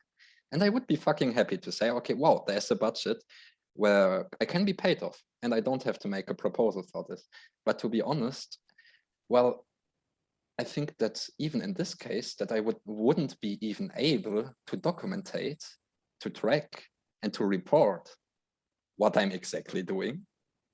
So when I expect the payment for what I'm doing, this means also that the people who are doing, they need to be able to really documentate, report, and track what they are doing, that this budget can be delegated as well. So it's, for me, it's not so much the question that, yeah, IoT holds the budget and we can't use it. It's also the responsibility from the community to say, oh, okay, but set the case that there is a budget and today I could apply for it. There would be a criteria because they don't give the money just for everybody who applies for this. Am I able to show everything what I do and all this stuff? Price it down, like a normal, for example, just a normal factor for invoice for enterprise when I work as a freelancer. Would I be able to do this in this ecosystem? No, I wouldn't be. Well, it depends who you have to convince. Right? That's such a clear comment, Felix. That's a really important piece. That's part of those tokenomics conversations too. So that's really important. So before pointing to IoT, I would say I point to myself and say, fuck, I don't even have a system there. So I think as things scales, there's a kind of proposal outreach challenge aspect to this, where it gets so complex that the community cannot handle it. Okay, all it can do is commission outside auditors, for example, to manage big projects. Let's say we get into the millions, tens of millions. Okay, do you really think the community will, as a community, however much we scale, we'll be able to handle that? Or will we need some kind of proposal onboarding where we hire an outside consultancy firm, for example? I know Felix hates this. Oh, hi, Derek. Hey, one of the things that I find concerning, and I don't see it really talked about a lot, is like we have these categories for the different funding rounds, and they don't seem to me to be differentiated well, right? Like we say, grow Africa, grow Cardano, and yet some things that get proposed and voted on are mission-driven concepts, and I'm not against that. but that's not building the Cardano ecosystem in Africa, you know, and the same's true around the world, you know, and I just feel like we should have a different kind of, you know, like, I'm not expressing this well and it's so clear in my head, but, you know, like we want to build out around the world. And so we need like infrastructure challenges, you know, split up regionally. We want, you know, there's a huge segment of the community that we want to do mission-driven stuff. Let's give that a category, you know, and that could be subcategories of mission-driven things, you know, to attack different issues. But we need to do that so that they don't get mixed up in infrastructure things, so that, you know, mission-driven people aren't going into the dApps and integrations challenges, because dApps and integrations challenges are not mission-driven subjects. You know, they're not mission-driven themes. And I just wish we could separate out the things that are similar, stay in the similar categories. The things that are different, stay in the different categories. You know, like I really have a hard time with this kind of mingling among categories, and that doesn't have to be, you know, that seems like an obvious thing, but it's like, you know, we're going into our fifth money round, and we still have this commingling of different themes where there shouldn't be commingling. And I just, I'm sorry. You know, like I've had this in my head in very efficient, economical use of words, and I don't have it right now, but it's a real problem to me, you know, because things that need to be done to grow out Cardano ecosystem stuff is getting mixed up with mission-driven ideas, and they're taking money from one another, you know, and I'd really like to make it so that doesn't happen anymore. Nori, Clearly, stop that's to raise just- your hands. Just go for it. Well, he's also free to do that, right? Yes. I think it's a really great topic, Steve. And I've been thinking about that a lot, where there are things that the proposal funding mechanism is really great for. You have an idea, it takes this much time, here's the criteria, it's a proposal, but there's other functions like what Felix does that don't fit cleanly into that, because they're either a connector or a bridge builder, they're a force multiplier. There's things and functions in any community that aren't project-based. They're kind of behind the scenes, or people, or network building, or things that bring tremendous value, but you can't say it's a project X and we should fund it with this. So I think we do need to separate those out so that we don't get all confused and have weird stuff. And I think there are different models. The treasury is large enough that we could do something aside from Catalyst proposal funding and create like a management DAO or something like that, where you have a group of people who do this. And I don't know I don't have a proposal how we do that. I'm just saying we probably need to separate it out from the proposal funding mechanism and have a second or a third or a fourth way, because there's a lot of models. Like venture capitalists will fund a number of groups expecting only like a handful of them to actually be successful, but the ones that are successful are wildly successful. So that might be one model to experiment with. Companies hire people on salary, and you're not paid on a project or per hour basis. And that's often with managers or executive leaders and things. And there's just a whole bunch of models that we should probably look at and consider, rather than just the proposal funding model. And the ecosystem's deep and has enough funds that we should be willing to experiment like that, at least with part of it.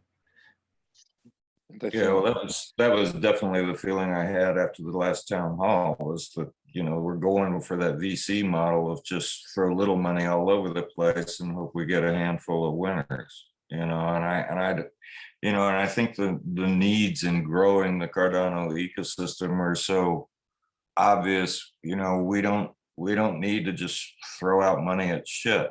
or the majority of it is shit. Where there's some obvious things that need to be funded, and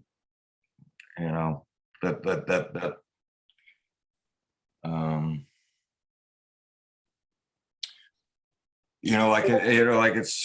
it's why I joined WADA. Like they need infrastructure, and it's not just in Africa. They need infrastructure in Latin America. They need infrastructure in Southeast Asia and Oceania, or whatever you call that. This is no-brainer stuff. It's like more, to me, the problem in knowing what to do is, finding people on those islands in Oceania, and people are willing to do the work and learn Cardano, and then set up the satellite links and build the stake pools, just like WADA wants to do in Africa. I mean, like there's 10 countries right now that want to work with WADA, and they're piddling around with these tiny local community center funding amounts, and I mean, like, and all that's great, but it's not like solving the problem, and we get, we had darts thrown at us from the time, we put up our Fund 5 proposal. Why you write so much? It should be 3 paragraphs. Why do you want so much money? Well, because God damn it, there's 6 countries. There's dozens of people in WADA, dozens. And yet they can't even talk to one another because the internet's so expensive. It just slays me sometimes. Like that kind of infrastructure stuff is, everybody here agrees, right? Everybody here agrees. So and yet we're supposed to parse that down into these tiny little proposal amounts. So now I don't know what WADA is going to do for Fund 6. They're playing around with all kinds of weird ideas. And I wish they didn't have to, right? They're having to come up with weird ideas just in the hope that somehow in Fund 6 it'll work for them. And I don't think that's right. I don't think that's economical. I think it's going to waste money, and it's for sure wasting time. So I think again, speaking about problems we know since a while already, I think I really love more to focus on, okay, what are eventual solutions? Well, okay, there's coming up a new topic, which means challenge team. Why can't WADA make their own challenge team? Their challenge means WADA infrastructure. And instead of applying for proposals, because a challenge is a problem statement, and you apply for solutions. So each proposal is a proposed solution. Well, you can change it maybe also and say, okay, this challenge, it's not about submitting proposals. You set in the challenge already pre-designed solutions, and you look for implementation, because you know the problems already. You don't need more solutions for problems which are stated already. Infrastructure, challenge team from WADA. We are looking for implementers. As WADA, well, okay, there is an own budget. Our own project can have their own challenge, I think. Why not? Yeah. So much more to go really in specific stuff, not going on for months and months above speaking about the same problems. We say, okay, what can be done? Quite interesting, Felix, because the challenge proposer can fix the budget. So if WADA thinks that they need for this infrastructure $300,000, they can put that and make a case to the voters to approve that. And there you go. And you're not looking for proposals, you're looking for implementations. Right. Yeah, I was kind of going around that. I mean, I was thinking of a variation on that earlier, in this discussion, but that's a good idea. One of the issues that I think about is a lot of the proposals sound like if they're approved, they're going to make a business, but the amount of money that they ask for, $20,000, $30,000, is impossible to make a business. There's another kind of possibility, though, is where people are proposing ideas just to do the research on the idea and bring it out to be something that could be implemented by somebody else, an implementing group. And that's where the people who have ideas can be successful. But if the presumption is that if you have an idea, you have to build a bit that is commercially viable, you have to build a business around that. And usually the teams, as you said, Steve, where I see they're deficient is they have absolutely no ability or qualifications to succeed, regardless of the idea. And then you wanted to mention something.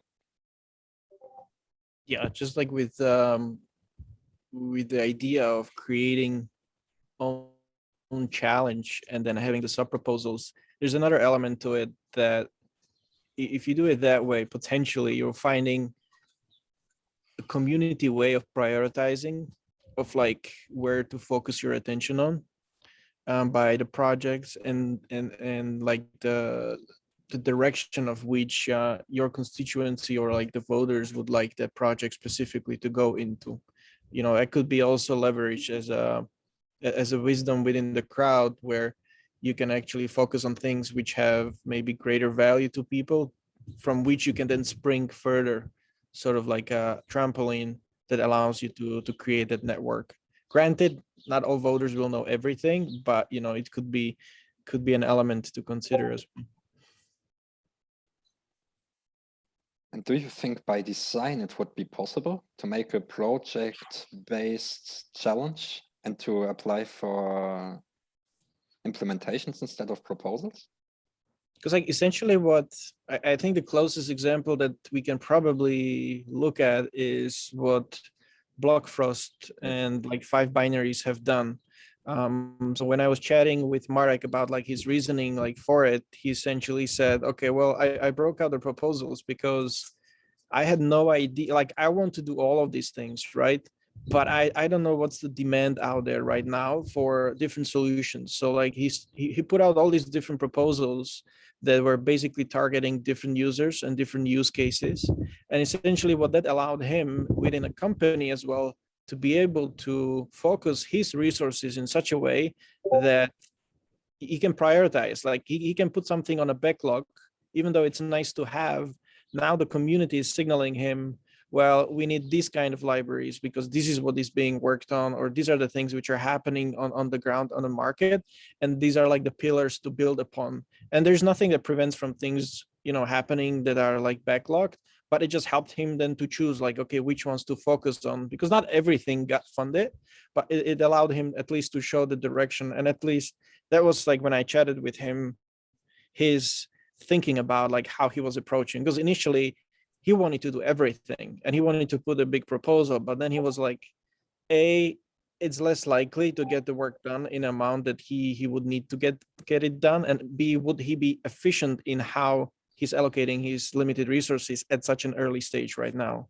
So he decided to split it up and then essentially used the voters as signaling machines of like which direction where he should look at and what should be developed right now. It was brilliant. It worked brilliantly, I thought. If we're all gonna do that, we're easily gonna get to that 2,500 proposals, right?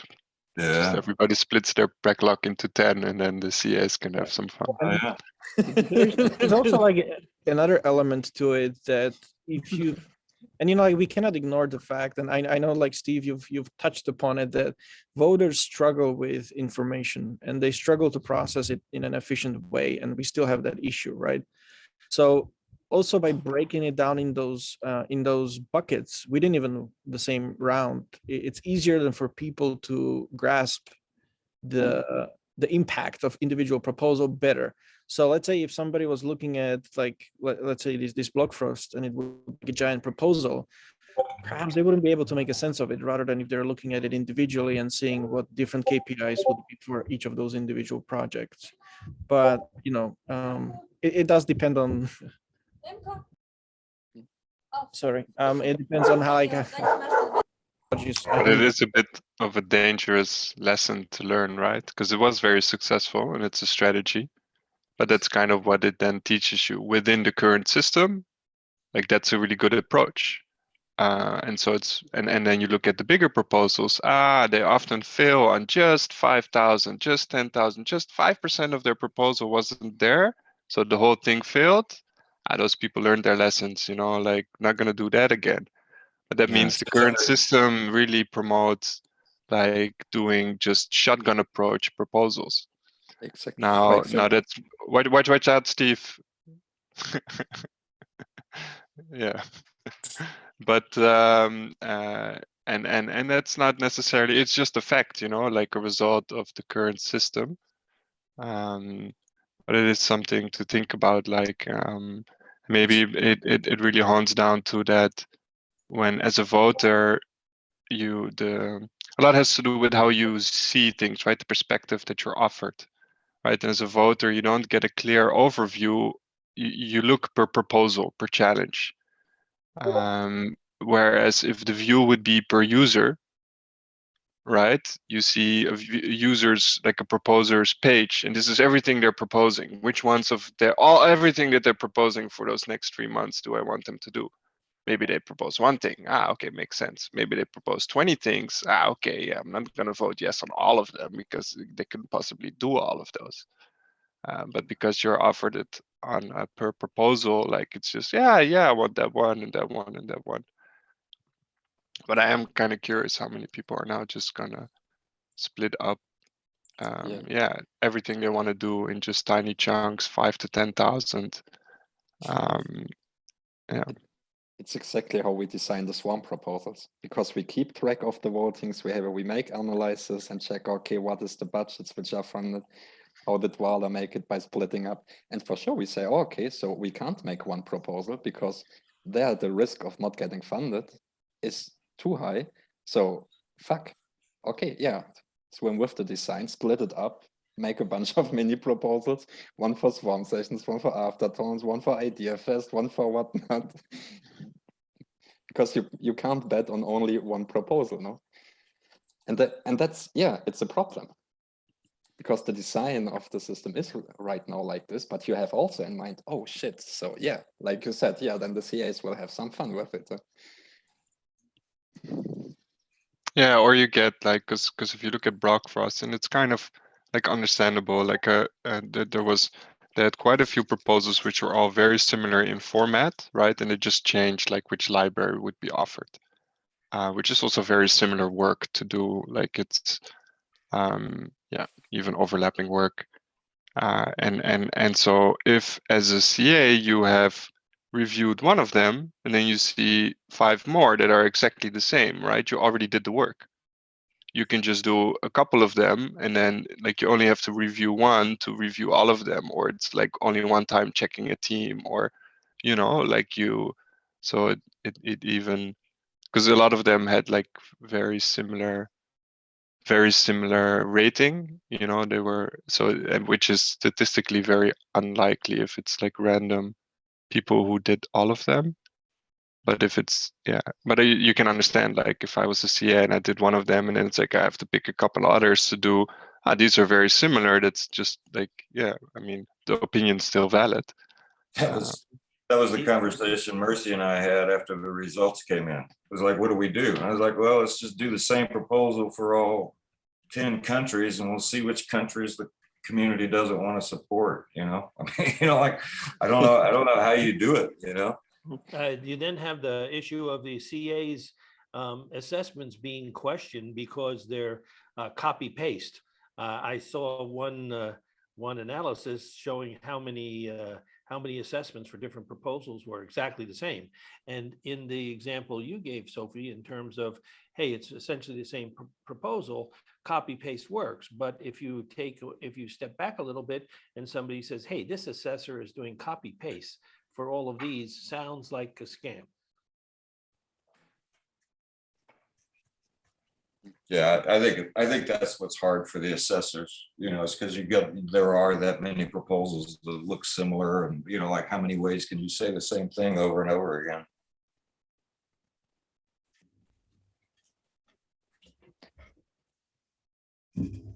Danny, you raised your hands again. Thank you. Sorry, I ran away mid-thought, like I had to save the neighbor's cat and my dog from it.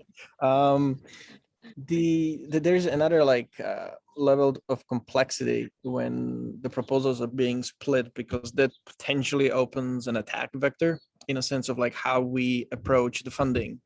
because essentially it may take just one entity to submit a bunch of proposals, which are more likely to get through given how the funding works, let's say.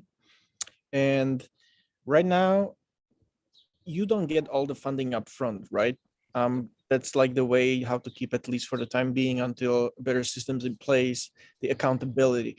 There's like a different ways, like probably how you can fund even like throughout the world, different like acceleration incubation agencies, or like different VC models. Like you don't usually get all the fund up front. You get, let's say 50% and then quarter, or you get just a quarter each after you reach your milestones.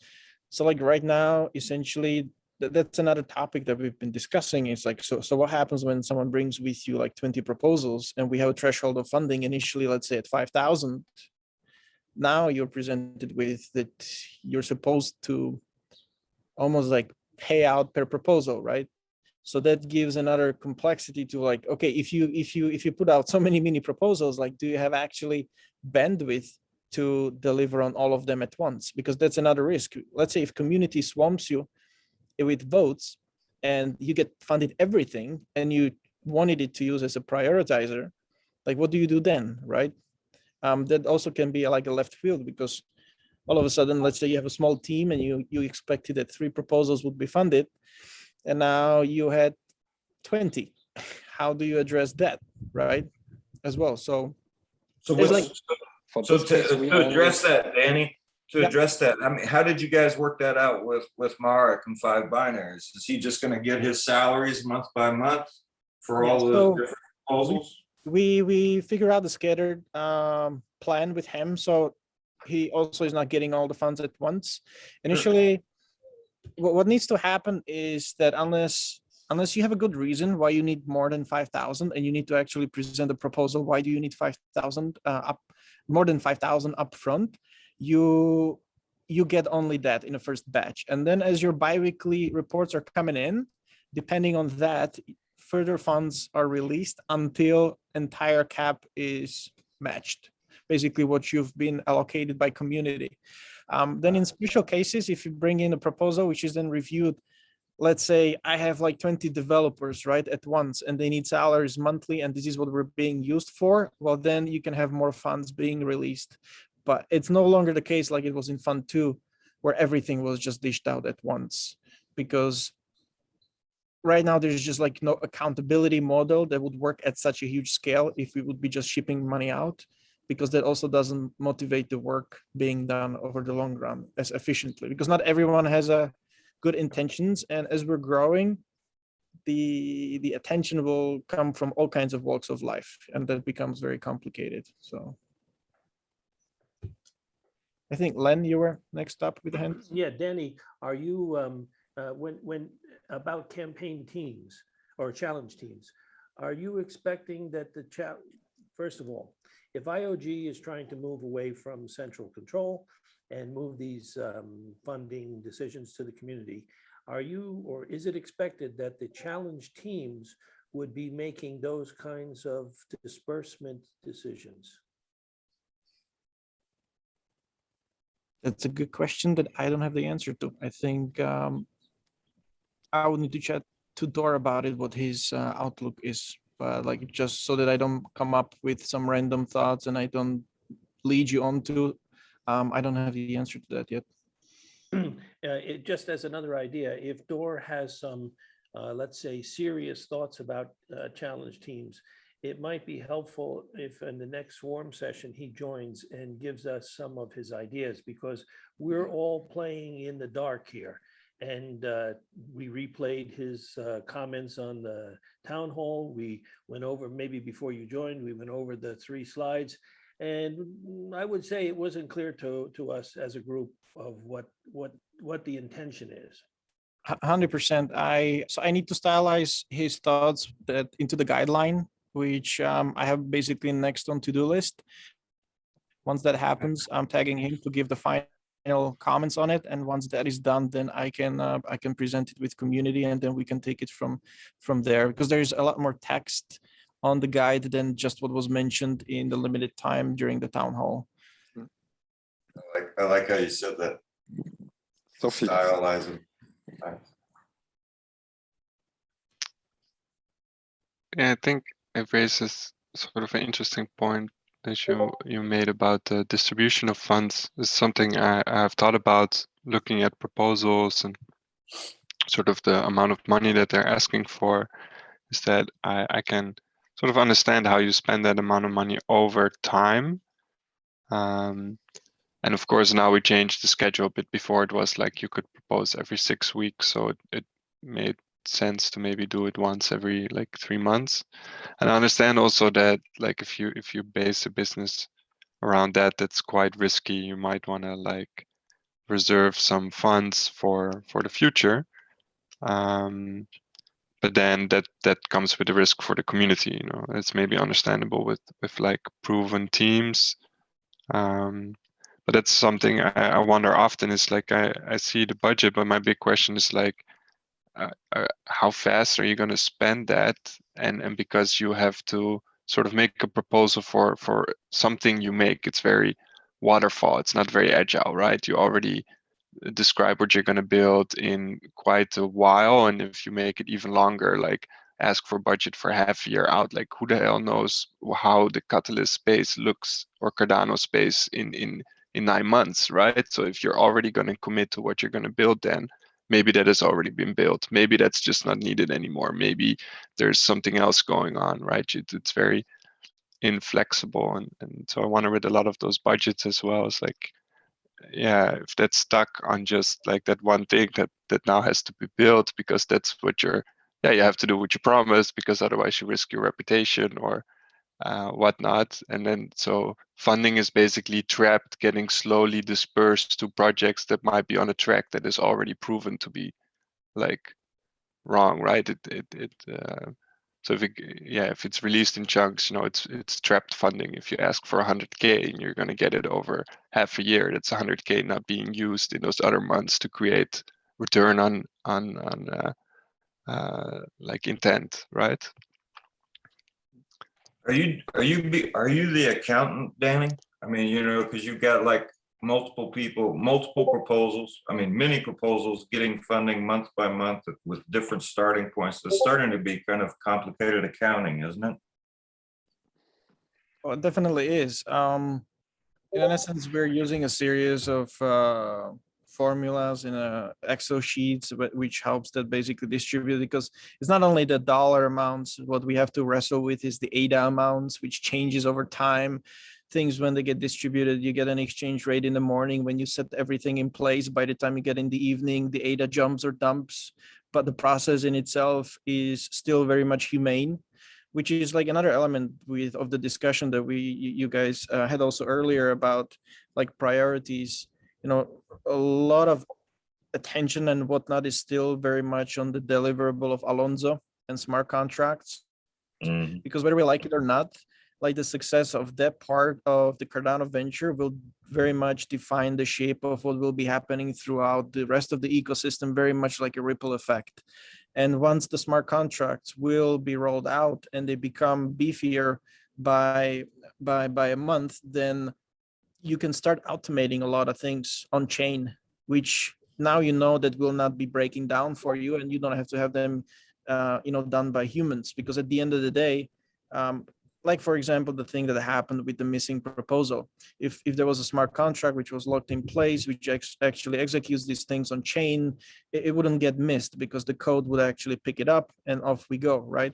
So a lot of functions, like once we actually are, let's say, a year from now, and the smart contracts are functional in a way as we expect them to be, will make a lot of lives actually A, easier, but B, feasible. Now, a lot of things that we want to do with the decentralized treasury is impossible until the moment that we actually have smart contracts in place, and that we can put the faith of the system and be trustless to make it truly decentralized. And sadly, we do need to wait for that moment until, as you hinted, Voltaire to come. It's still a bit ways away. It's not something that comes tomorrow for sure.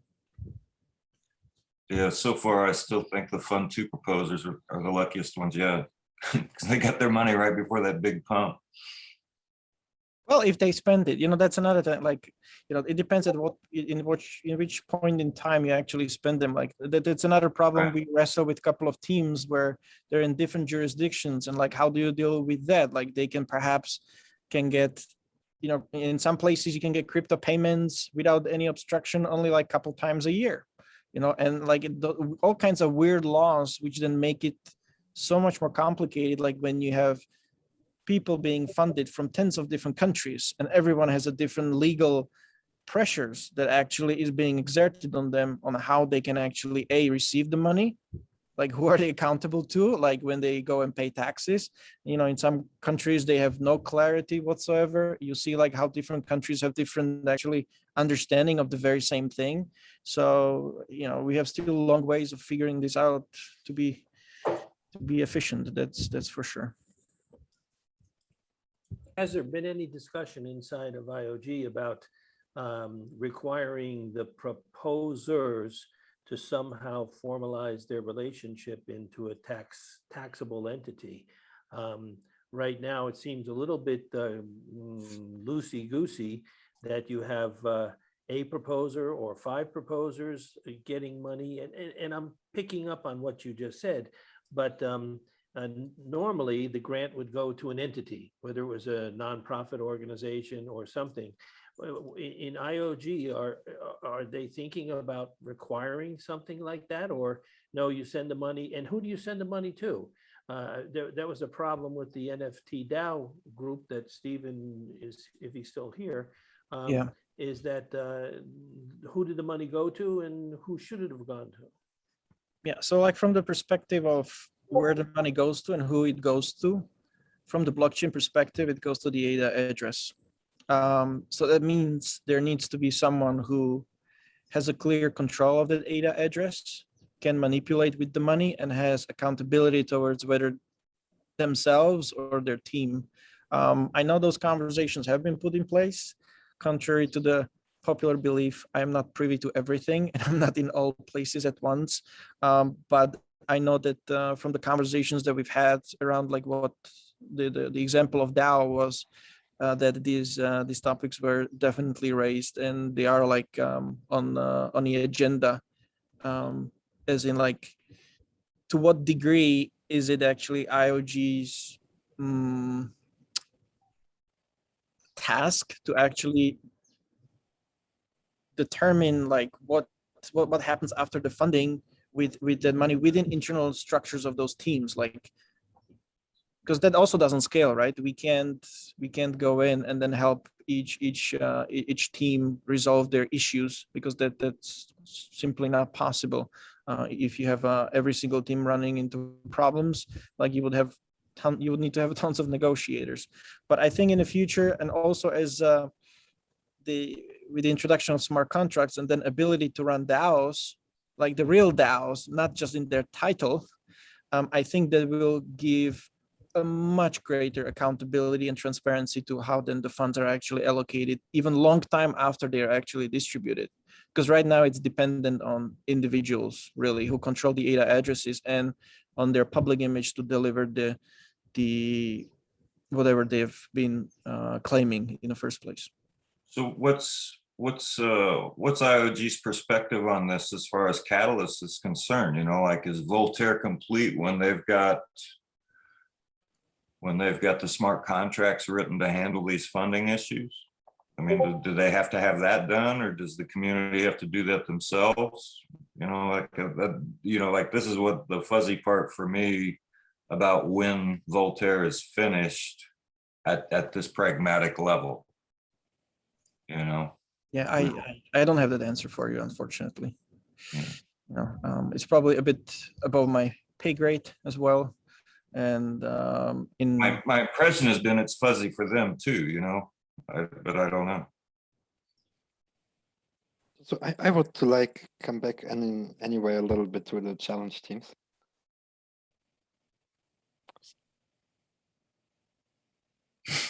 Also then. Go ahead. Yeah, because I think, okay, we can ask a lot of questions and everything, but I really would like to say, hey, okay, cool. There is opportunity, there is a possibility with which we can work with. So to say already, oh, okay, so Fun 6, well, starts next, well, inside sharing started already, and to say, okay, so how could we support challenge teams? How could we build up some challenge teams? What for challenge teams? So to take this opportunity as well, also to say, oh, okay, let's experiment and let's experiment with this already. So one thing I would definitely do, I just have a call with Mercy or also later. I simply ask her what she thinks about, hey, what do you think about the challenge team for WADA? Own challenge for WADA, looking for implementation. But next to it, what do you think has one of the most important needs for, let's say, the broader community? I mean, there are many who have, well, who have funding, yeah. Catalyst Circle is trying to do something in this regard. We have onboarding. I think one of the main problems I see is really this awareness and the gaps between voters and proposers. Especially that when you have projects, for example, let's say NFT DAO. Well, they got again, how many proposals voted and funded in Fund 5? Yeah. And the whole all people in the developer ecosystem, they can say, yeah, well, this sucks, this is not good. But how many really active people do we have in the community? 200? How many ADA do they hold? Not a lot. So even if they all vote against, it will do nothing. And this was only focused to the bad, for example, to a bad case, but also to say, hey, how can we really create more awareness from voters to proposers? Might this be even our own challenge? And also to stop a little bit to throw everything in mixed challenges. I mean, developer ecosystem, beautiful challenge, but well, everybody can apply a little bit everything or submit a little bit everything in this challenge. So really say also maybe, okay, so really specialize challenges. What do you think?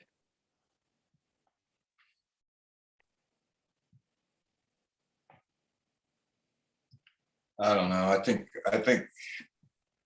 I think we can get busy with trying to figure out ways to create awareness, you know, in voters or proposers or whoever. I mean, you know, like if you want to be in this space, you got to want to be in this space. You know, like, I mean, more organized access to information would be great, but you know, you know, like there's so many people coming in on their own. I don't think we have to go fishing for people, you know, and if they want, well, you know what I mean, I guess, I hope.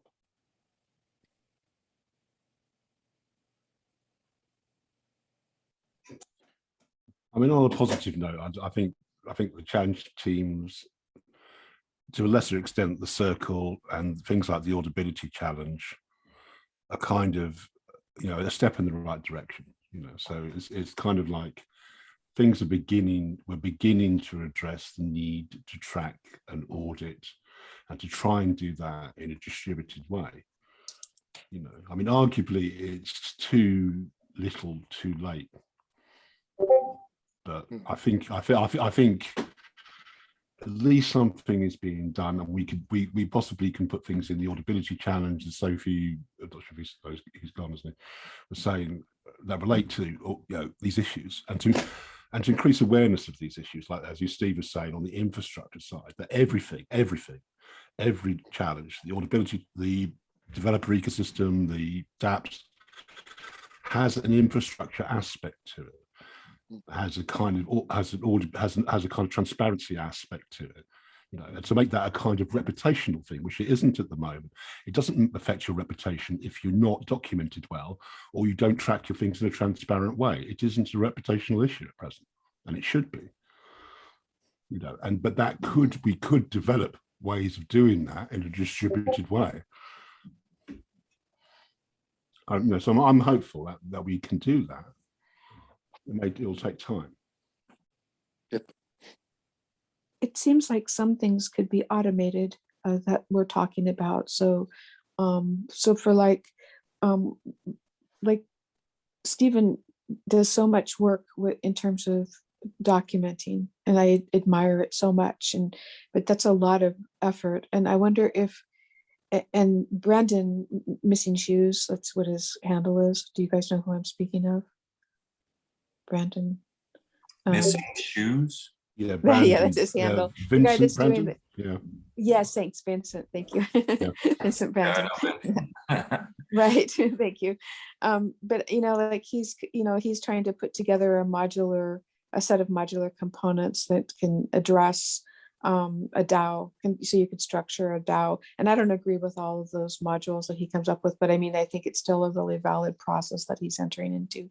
And I think that is there some way in which, because some of in the challenge setting, and we talk about it as being administrative, I mean, that's a lot of those, they could be assisted by somebody, but they could be automated too, and that could help them to also be more neutral and decentralized as well. So I don't know how people feel about that. If there could be a set of modules that could be created, in that way, maybe the voting public or the voters would be able to sort of see that process, but it wouldn't have to be, there could be different levels of which they enter into the conversation about the challenge settings. So I am really do think it's important to have the voters be involved, but I mean, but I agree with Steve Lockhart that people need to want to be participants, and not that they need to be, it functions best if they want to be participants. But I don't, but anyway, that's what I have to say. Arta, the comment that you made that I want to focus on is get the voters to see. I think that's probably one of the biggest issues right now that we're not talking about, is how do the voters see all of this that's going on behind the scenes. I don't think they do. I think the voters come in and they vote. And from what I see, a lot of comments, they're interested in those pittance of ADA rewards they're getting. I think on Telegram, there's not even a voters conference or a channel.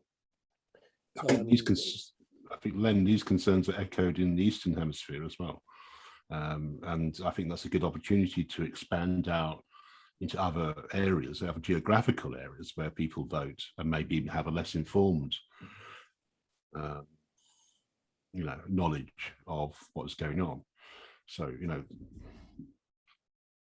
Well, I think the question then becomes, you're right, how to reach the voters. Is it possible? Who are they? I think it is possible. For example, I really like the draft where started with the Idea Fest, for example, It was also a very first pilot.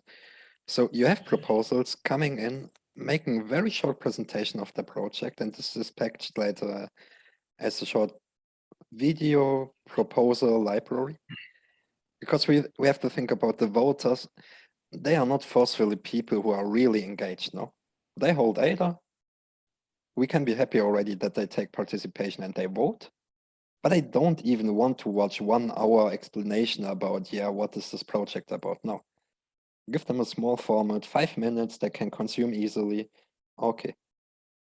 So I think really to move in this direction of, hey, okay, how to create a certain visibility already and make the information you want to bring to the voter also comfortable to consume for them.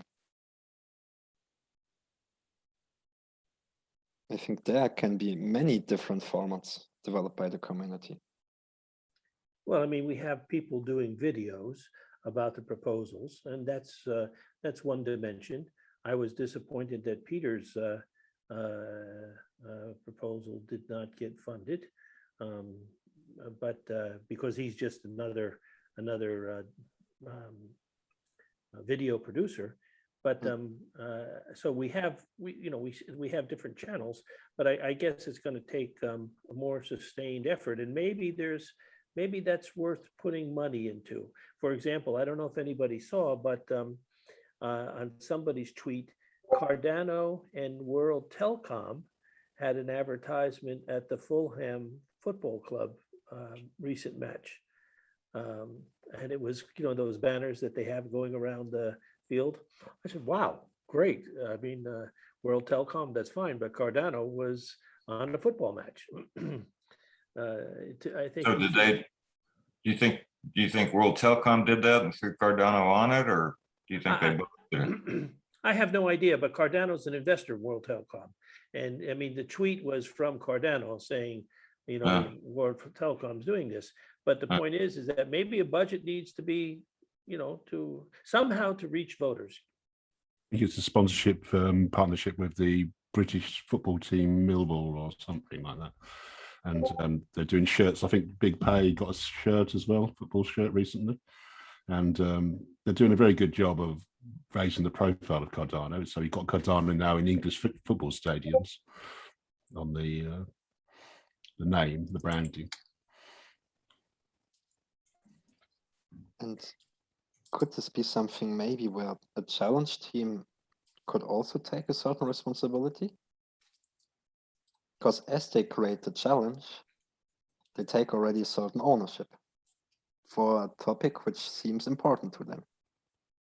So it should be also a part of their responsibility to say, hey, okay, so the outcomes from this challenge should be also somehow, don't know what the right word is.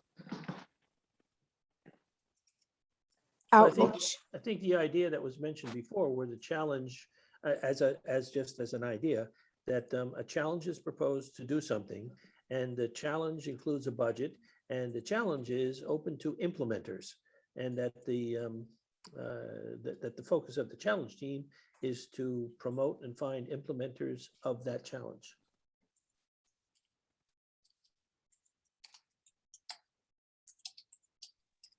I can't help as I'm listening to how this is trying to be described as another idea of that it's the responsibility of journalism. It's the responsibility of a news type thing, because where we look to the journalists when they're doing what they're supposed to be doing, when you, to use the Sports Center analogy again, when we're going into Sports Center, you may have X number of expertise on whatever sport they're talking about, but they're here to make sure that if you are the professional at that sport, you're getting good information. But if you're the beginner at that sport, you're also getting very digestible information that you can easily understand just walking in onto it.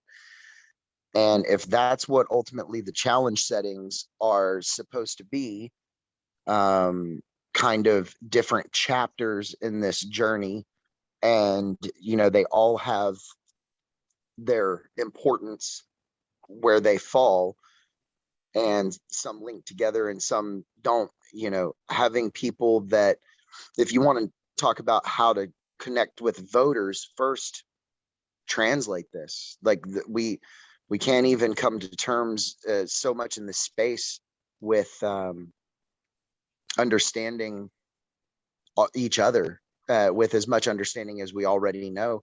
And I urge again that if we're supposed to make this universal across every spoken language, it's going to have to first be understood by two people that are speaking the same language. There's so much information to consume. It would be great, but I don't know how to tell, somebody like, I don't know, my dad, my mom and dad, they have Ada. Whose videos should they watch?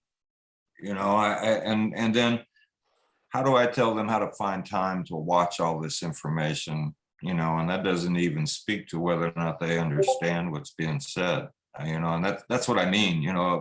That's kind of what I'm referring to when I said earlier, we can't do that for people. We can't tell people that, like they have to want to know, and I want to know a lot of stuff. I don't have time to consume it all. I'd never get off this fucking chair. You know, like I was already on this chair for 4 hours before this meeting started. That's why I've been standing so much. I can't sit that long, and that's not because I don't find any of this interesting. That's not because there's not more videos to read or more white papers to read. I'd love to read it all, but Jesus, I got a life. I got a body I have to take care of, and it's hard. Right. And that's what I mean about the effort from the voter, the effort from the people in the community. They have to find their own way to make time to consume this information and find ways to assimilate the information to understand what's actually real and what's actually important. And it's tough to tell somebody all that stuff, because you can't. As far as an immediate actionable item with that, though, I would see that, you have two different pools of education. Yes, people that are, unaware of this space as a whole, there is a larger barrier to entry. But if the only communication point is that you're a voter, well, already then that means that you've gone as far as to learn or pay somebody to learn how to get your stuff staked and everything like that. So there is, that's not a white belt conversation. That's more, a couple of belts up.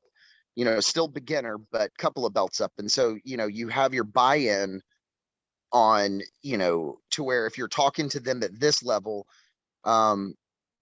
imagine this space is like an amusement or like a zoo or something with many different areas of attractions and stuff. And you could go into it. It's like the park as a whole would be comfortably and in a kind way navigating you around and giving you the obvious answers to things. And I think that there's yet to be a skin put on this, and I think that's what we're talking about ultimately is kind of how to have the first conversation where this is this is kind of like our Olympic Games with this space where we get to promote the teams and find out the stats and exchange information and have rivalries and competitions and stuff. And that's the point. So I think that I think the voter is a good starting point to where they already understand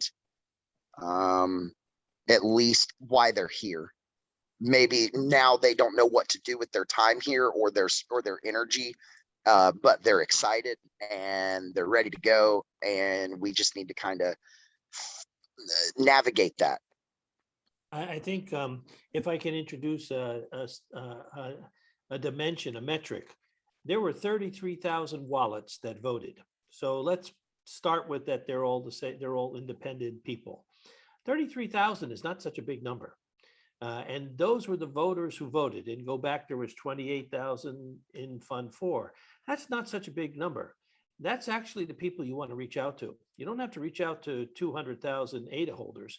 You have to reach out to 33,000 wallet holders. Now, how can that be done? How can IOG assist proposers to reach out to those voters? Those are identifiable voters.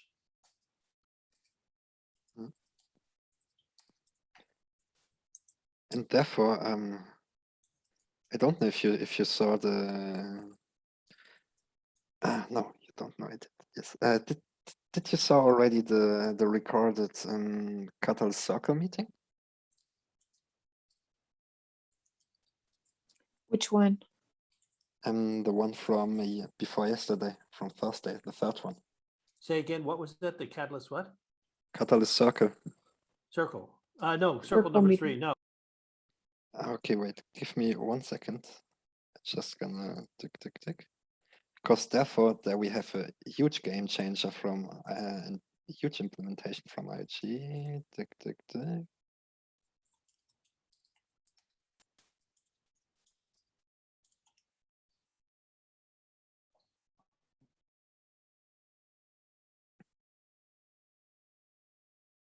As the robustness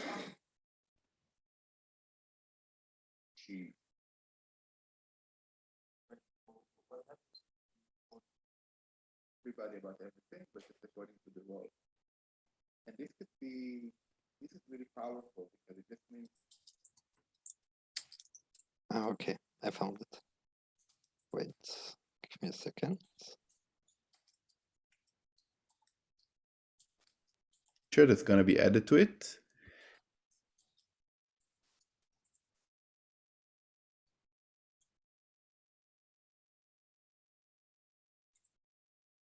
Loading. Okay.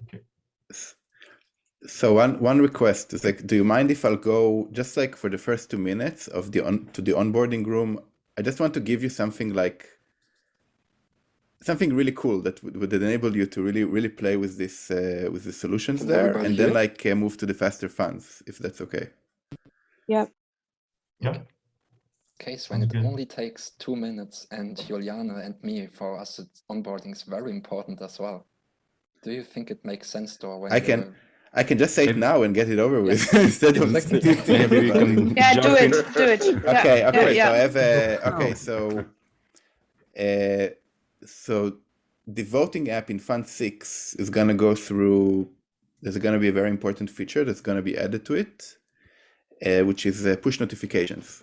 So and because like the most people actually go through the voting app, this is like the most substantial funnel, okay, for users and especially new users.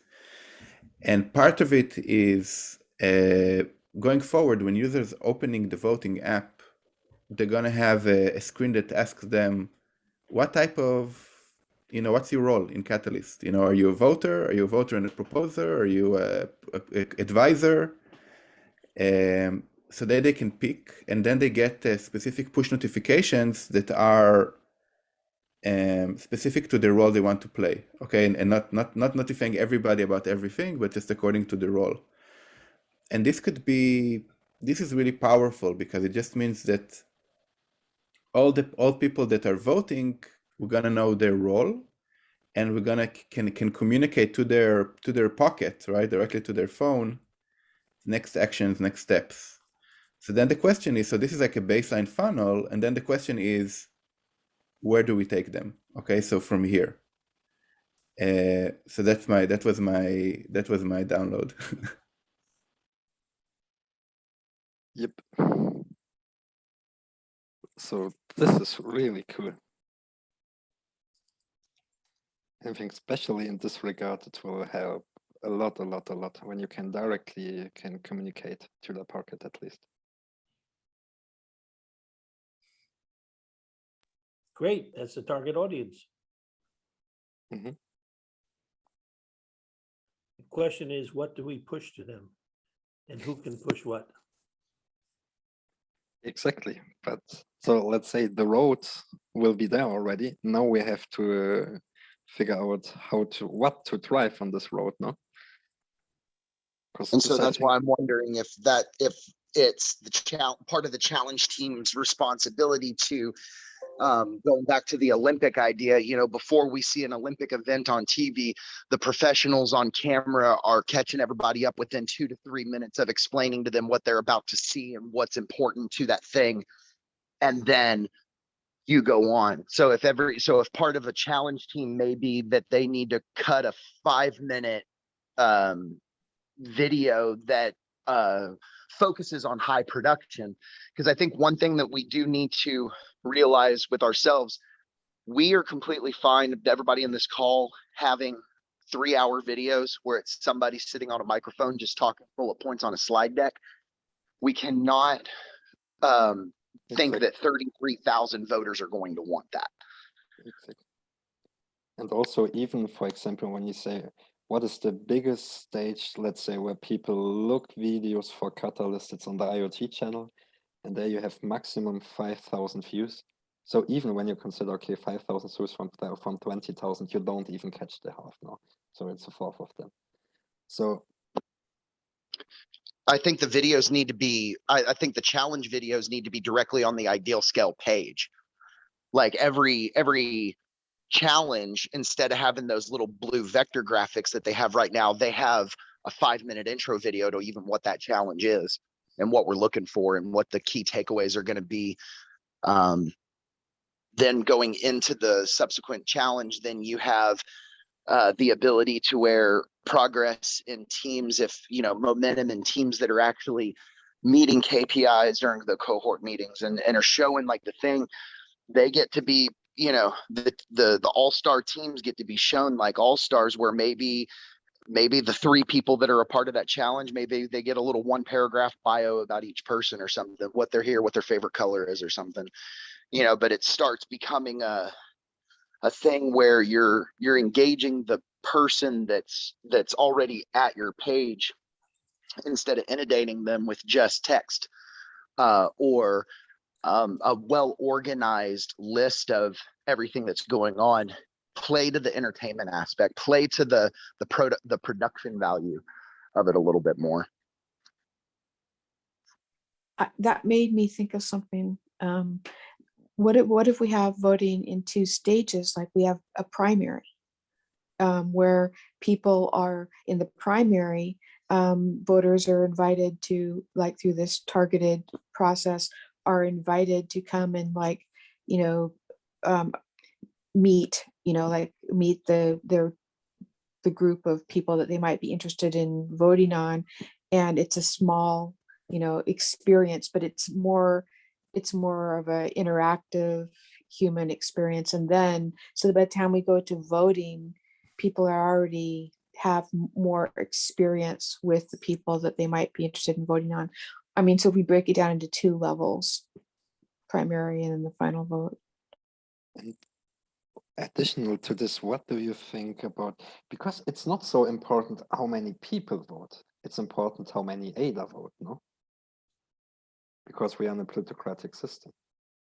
So about delegating voting power.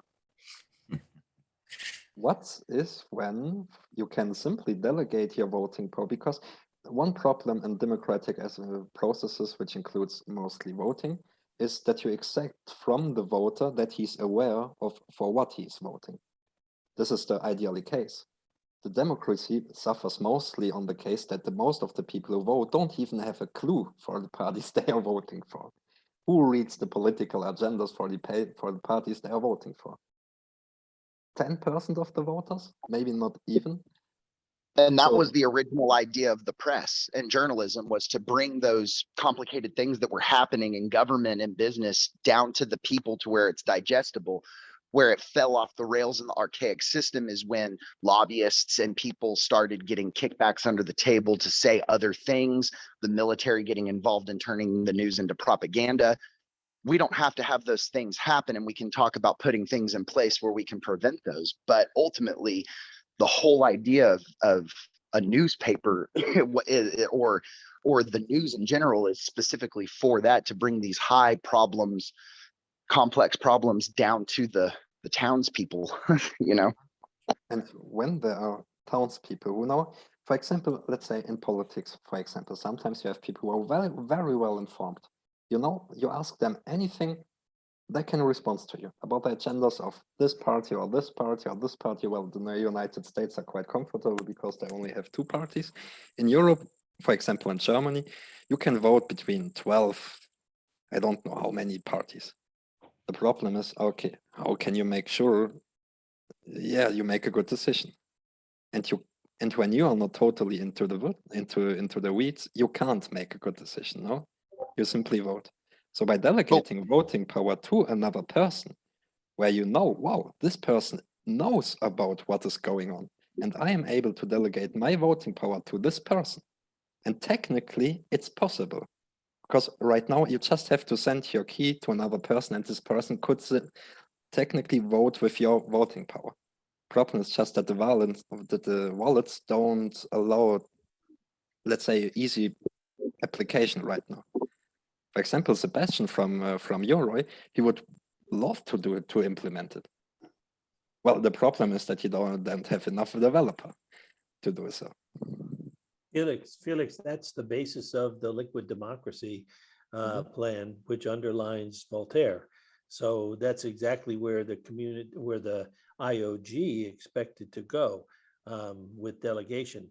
But even to delegate, you still need voters to be interested. And I think that that the first step is, okay, those 33,000 wallets are at least interested enough to vote. So how to get to them? because delegating, I think, is now you have to also educate them or inform them on who is suitable to be delegated to. So I think that yes, that's the plan, but we're not there. Exactly. But it would be quite easy and fast to implement it, at least, because it's not so difficult to write it. Well, certainly we could. I mean, if it were possible, if the voting app could or a pre-voting app could offer that option. Certainly, if it was offered as an option, that would be good, and maybe that's the first step. Offer it as an option, and then see, gradually over time, people maybe take up on it.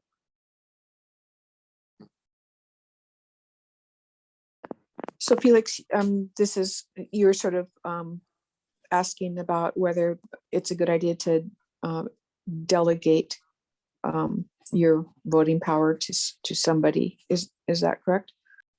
Exactly, because I'm quite interested about your feedback there, because I see, okay, this is a quite easy, fast and comfortable way to increase the voting participation. But on the other side, it can be very dangerous as well. If you have some people, for example, that just have an amazing, successful fucking Twitter account and everybody loves them, but they have no clue at all. They just are really good in marketing themselves. And people start to delegate voting power to those people. So it can become very fast as well, dangerous, no? Well, and I think that's what a part of a chat, if you want to define what a challenge team could do, is that, like, I wouldn't mind that kind of I don't really prefer, or I would prefer to have as decentralized, situation as possible. But if we were going to put a measuring stick on any of it, it would be, do your actions speak equal to your words or louder than your words? Because if you're doing what you're supposed to be doing, then that's what it should be. But if your words are outweighing your action and you're just, doing Las Vegas magic, then that would be something that I think a challenge team would also, besides taking on the response, if there was going to be any kind of challenge team touching on what kind of looking into what the proposals are doing. Because I do agree with you that there are a lot of, snake oil salesman is the original con artist, I think there's a mechanism that exists already, whether you want to use it, that's stake pools. ADA holders have already somehow voted or decided to let a stake pool hold their ADA in return for a reward.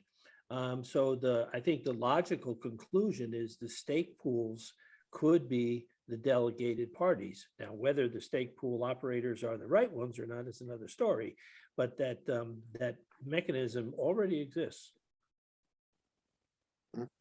That's true. I've thought about that a while back when we were talking about when Charles was talking about this bicameral system, voting system, because of, technical improvement proposals and whatnot, and, that requires the stake pool operators to actually let themselves be known, and some guys are really vocal, like Kyle Solomon, but most of the SPOs are anonymous, I don't know what they feel about anything, and they would have to start, expressing themselves, there's a responsibility on their part at a certain point to let their delegators know who they really are, because maybe you don't want to delegate to these dudes. Yeah, I considered an idea of establishing 2 stake pools, and they're, let's say, a different purpose stake pool, not necessarily to earn money or even to validate nodes. And one stake pool would be the equivalent of a Senate representing the stake pool operators, and another stake pool would be the equivalent of a House of Representatives representing the population. And those two stake pools could exercise some kind of voting. So the stake pool operators, as an amalgamation of the people who are doing things to validate the nodes, and the stake pool Senate, and the stake pool House. And that by some mechanism, those two stake pools were involved in voting, and people could delegate their vote to for example, the stake pool House or the stake pool Senate, or not, because the concept of liquid democracy is that you can always withdraw your delegation. You never are locked in. And you can actually even vote, even though you've delegated, you can vote your own ADA, and that neutralizes the delegated entity. And what happens now if a stake pool is allocated to a challenge by a challenge team who has their own stake pool? I'm talking in that second idea. The stake pools are members of a stake pool, and the rules are: if you have a proposal or a challenge, you can't vote. You have to abstain. Because let's say, for example, you don't vote on the challenge, you vote on the pool by delegating your ADAs to the pool who represents the challenge. So you don't receive your fund by the community treasury, you receive your funds by the pool, which is allocated to the challenge. Yeah, there's a lot of details. I mean, this is just high level concept. But would it make, just as a draft design, would it make sense? Yes. As a sustainable challenge, which is not depend on the treasury even?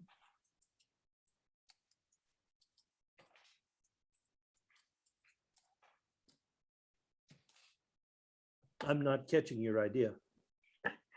He's talking about in terms of the challenge setting, and you're talking about, I think we got two things going on, and I think, Len, you're talking about in terms of reaching the voters, which I like your idea about the stake pools, but I think it needs more fleshing out, of course. But I mean, I think there's something there as well.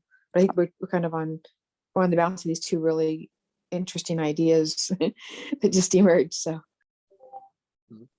I was just drag and dropping thoughts from what you said, Len, and just implemented in, okay, let's say, for example, you have a challenge. For this challenge, you have a challenge team. The budget from the challenge team comes from the treasury. So, and people vote for your challenge, no? So, and by when we said already, okay, delegating voting power, but then you said, yeah, and then you're totally right. It's a little bit what the stake pool is doing already, because voting power is equal to ADA. ADA is equal power. So a stake pool is doing this already. So when you have a challenge and a challenge team, and this challenge owns a own stake pool, and people don't vote every 3 months, they simply delegate the ADA to the challenge, because the challenge has their own stake pool. So you don't need to wait each 3 months to get your resources, to get your budget, to fund your proposals. You can, let's say, produce the budget for the challenge by the stake pool, which is owned by the challenge. Yeah, I think there's a lot of options to be explored, and we're kind of into mechanics. One of the ideas that I had about even putting in a proposal is to saying, look, this proposal has a stake pool, and I don't need any ADA to be paid to me for my proposal. What I want is IOG or the Treasury to stake 15 million ADA to my stake pool. And my proposal will be funded out of the earnings from that stake pool. And it's not my money. The Treasury hasn't spent anything. I'm going to be funded out of that stake pool. And if at some point in time I don't deliver, poof, you take your stake back, but you haven't spent anything.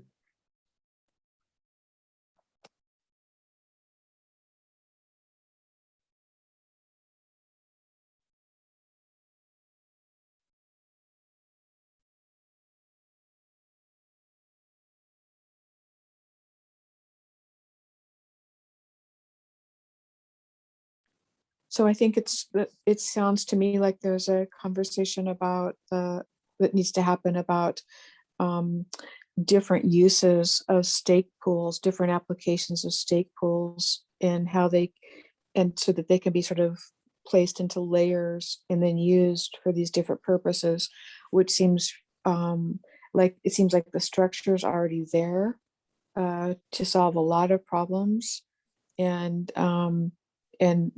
new things wouldn't need to be invented. It's really just more of a matter of sort of defining new layers on which to place these different things. So it seems like really fertile ground to explore. And I don't know how that exploration would move forward, but it seems really like an important conversation. Well, maybe if Dor watches the recording, he'll think about it.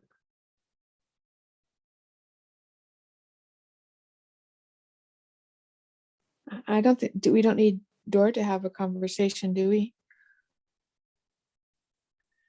No, not to have a conversation, to get these ideas. The point is, how does he get these ideas? I mean, the stake pools are clearly, let's say that's the core of the Cardano protocol. And those stake pools aggregate the voters' ADA. So that it's clear that that's a channel or a mechanism to be used in voting. It's just a question of how do you kind of like qualify that voting and it doesn't get shifted off in the wrong direction or something. But as a mechanism, as you just said, Marta, it already exists. We don't have to invent the wheel. We just have to figure out a new layer or a new use case for stake pools.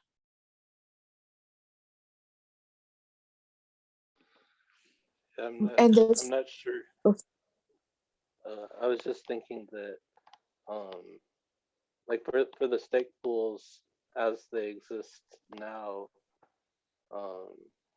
their role is to secure the network. So at the protocol level, what they're doing, they're basically, that's what their focus is on, is at the protocol level. So like the whole idea of the bicameral system or whatever, where you've got the stake pool delegation that says that you're supporting someone's work towards securing the network. Like if they're going to submit, or if they're the is it CIP or whatever, the improvement, what is it? See it? Yeah, the Cardano improvement. CIP. Yeah. Anyway, those are specifically for changes at the protocol level, and so like if you're talking about something else, as far as like proposals for funding,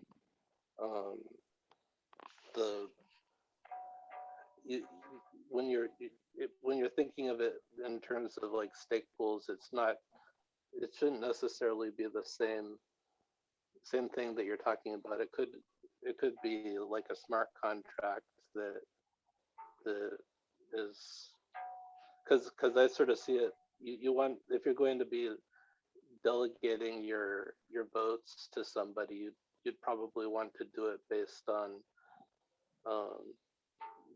a category of ideas. Like someone might be an expert in some category of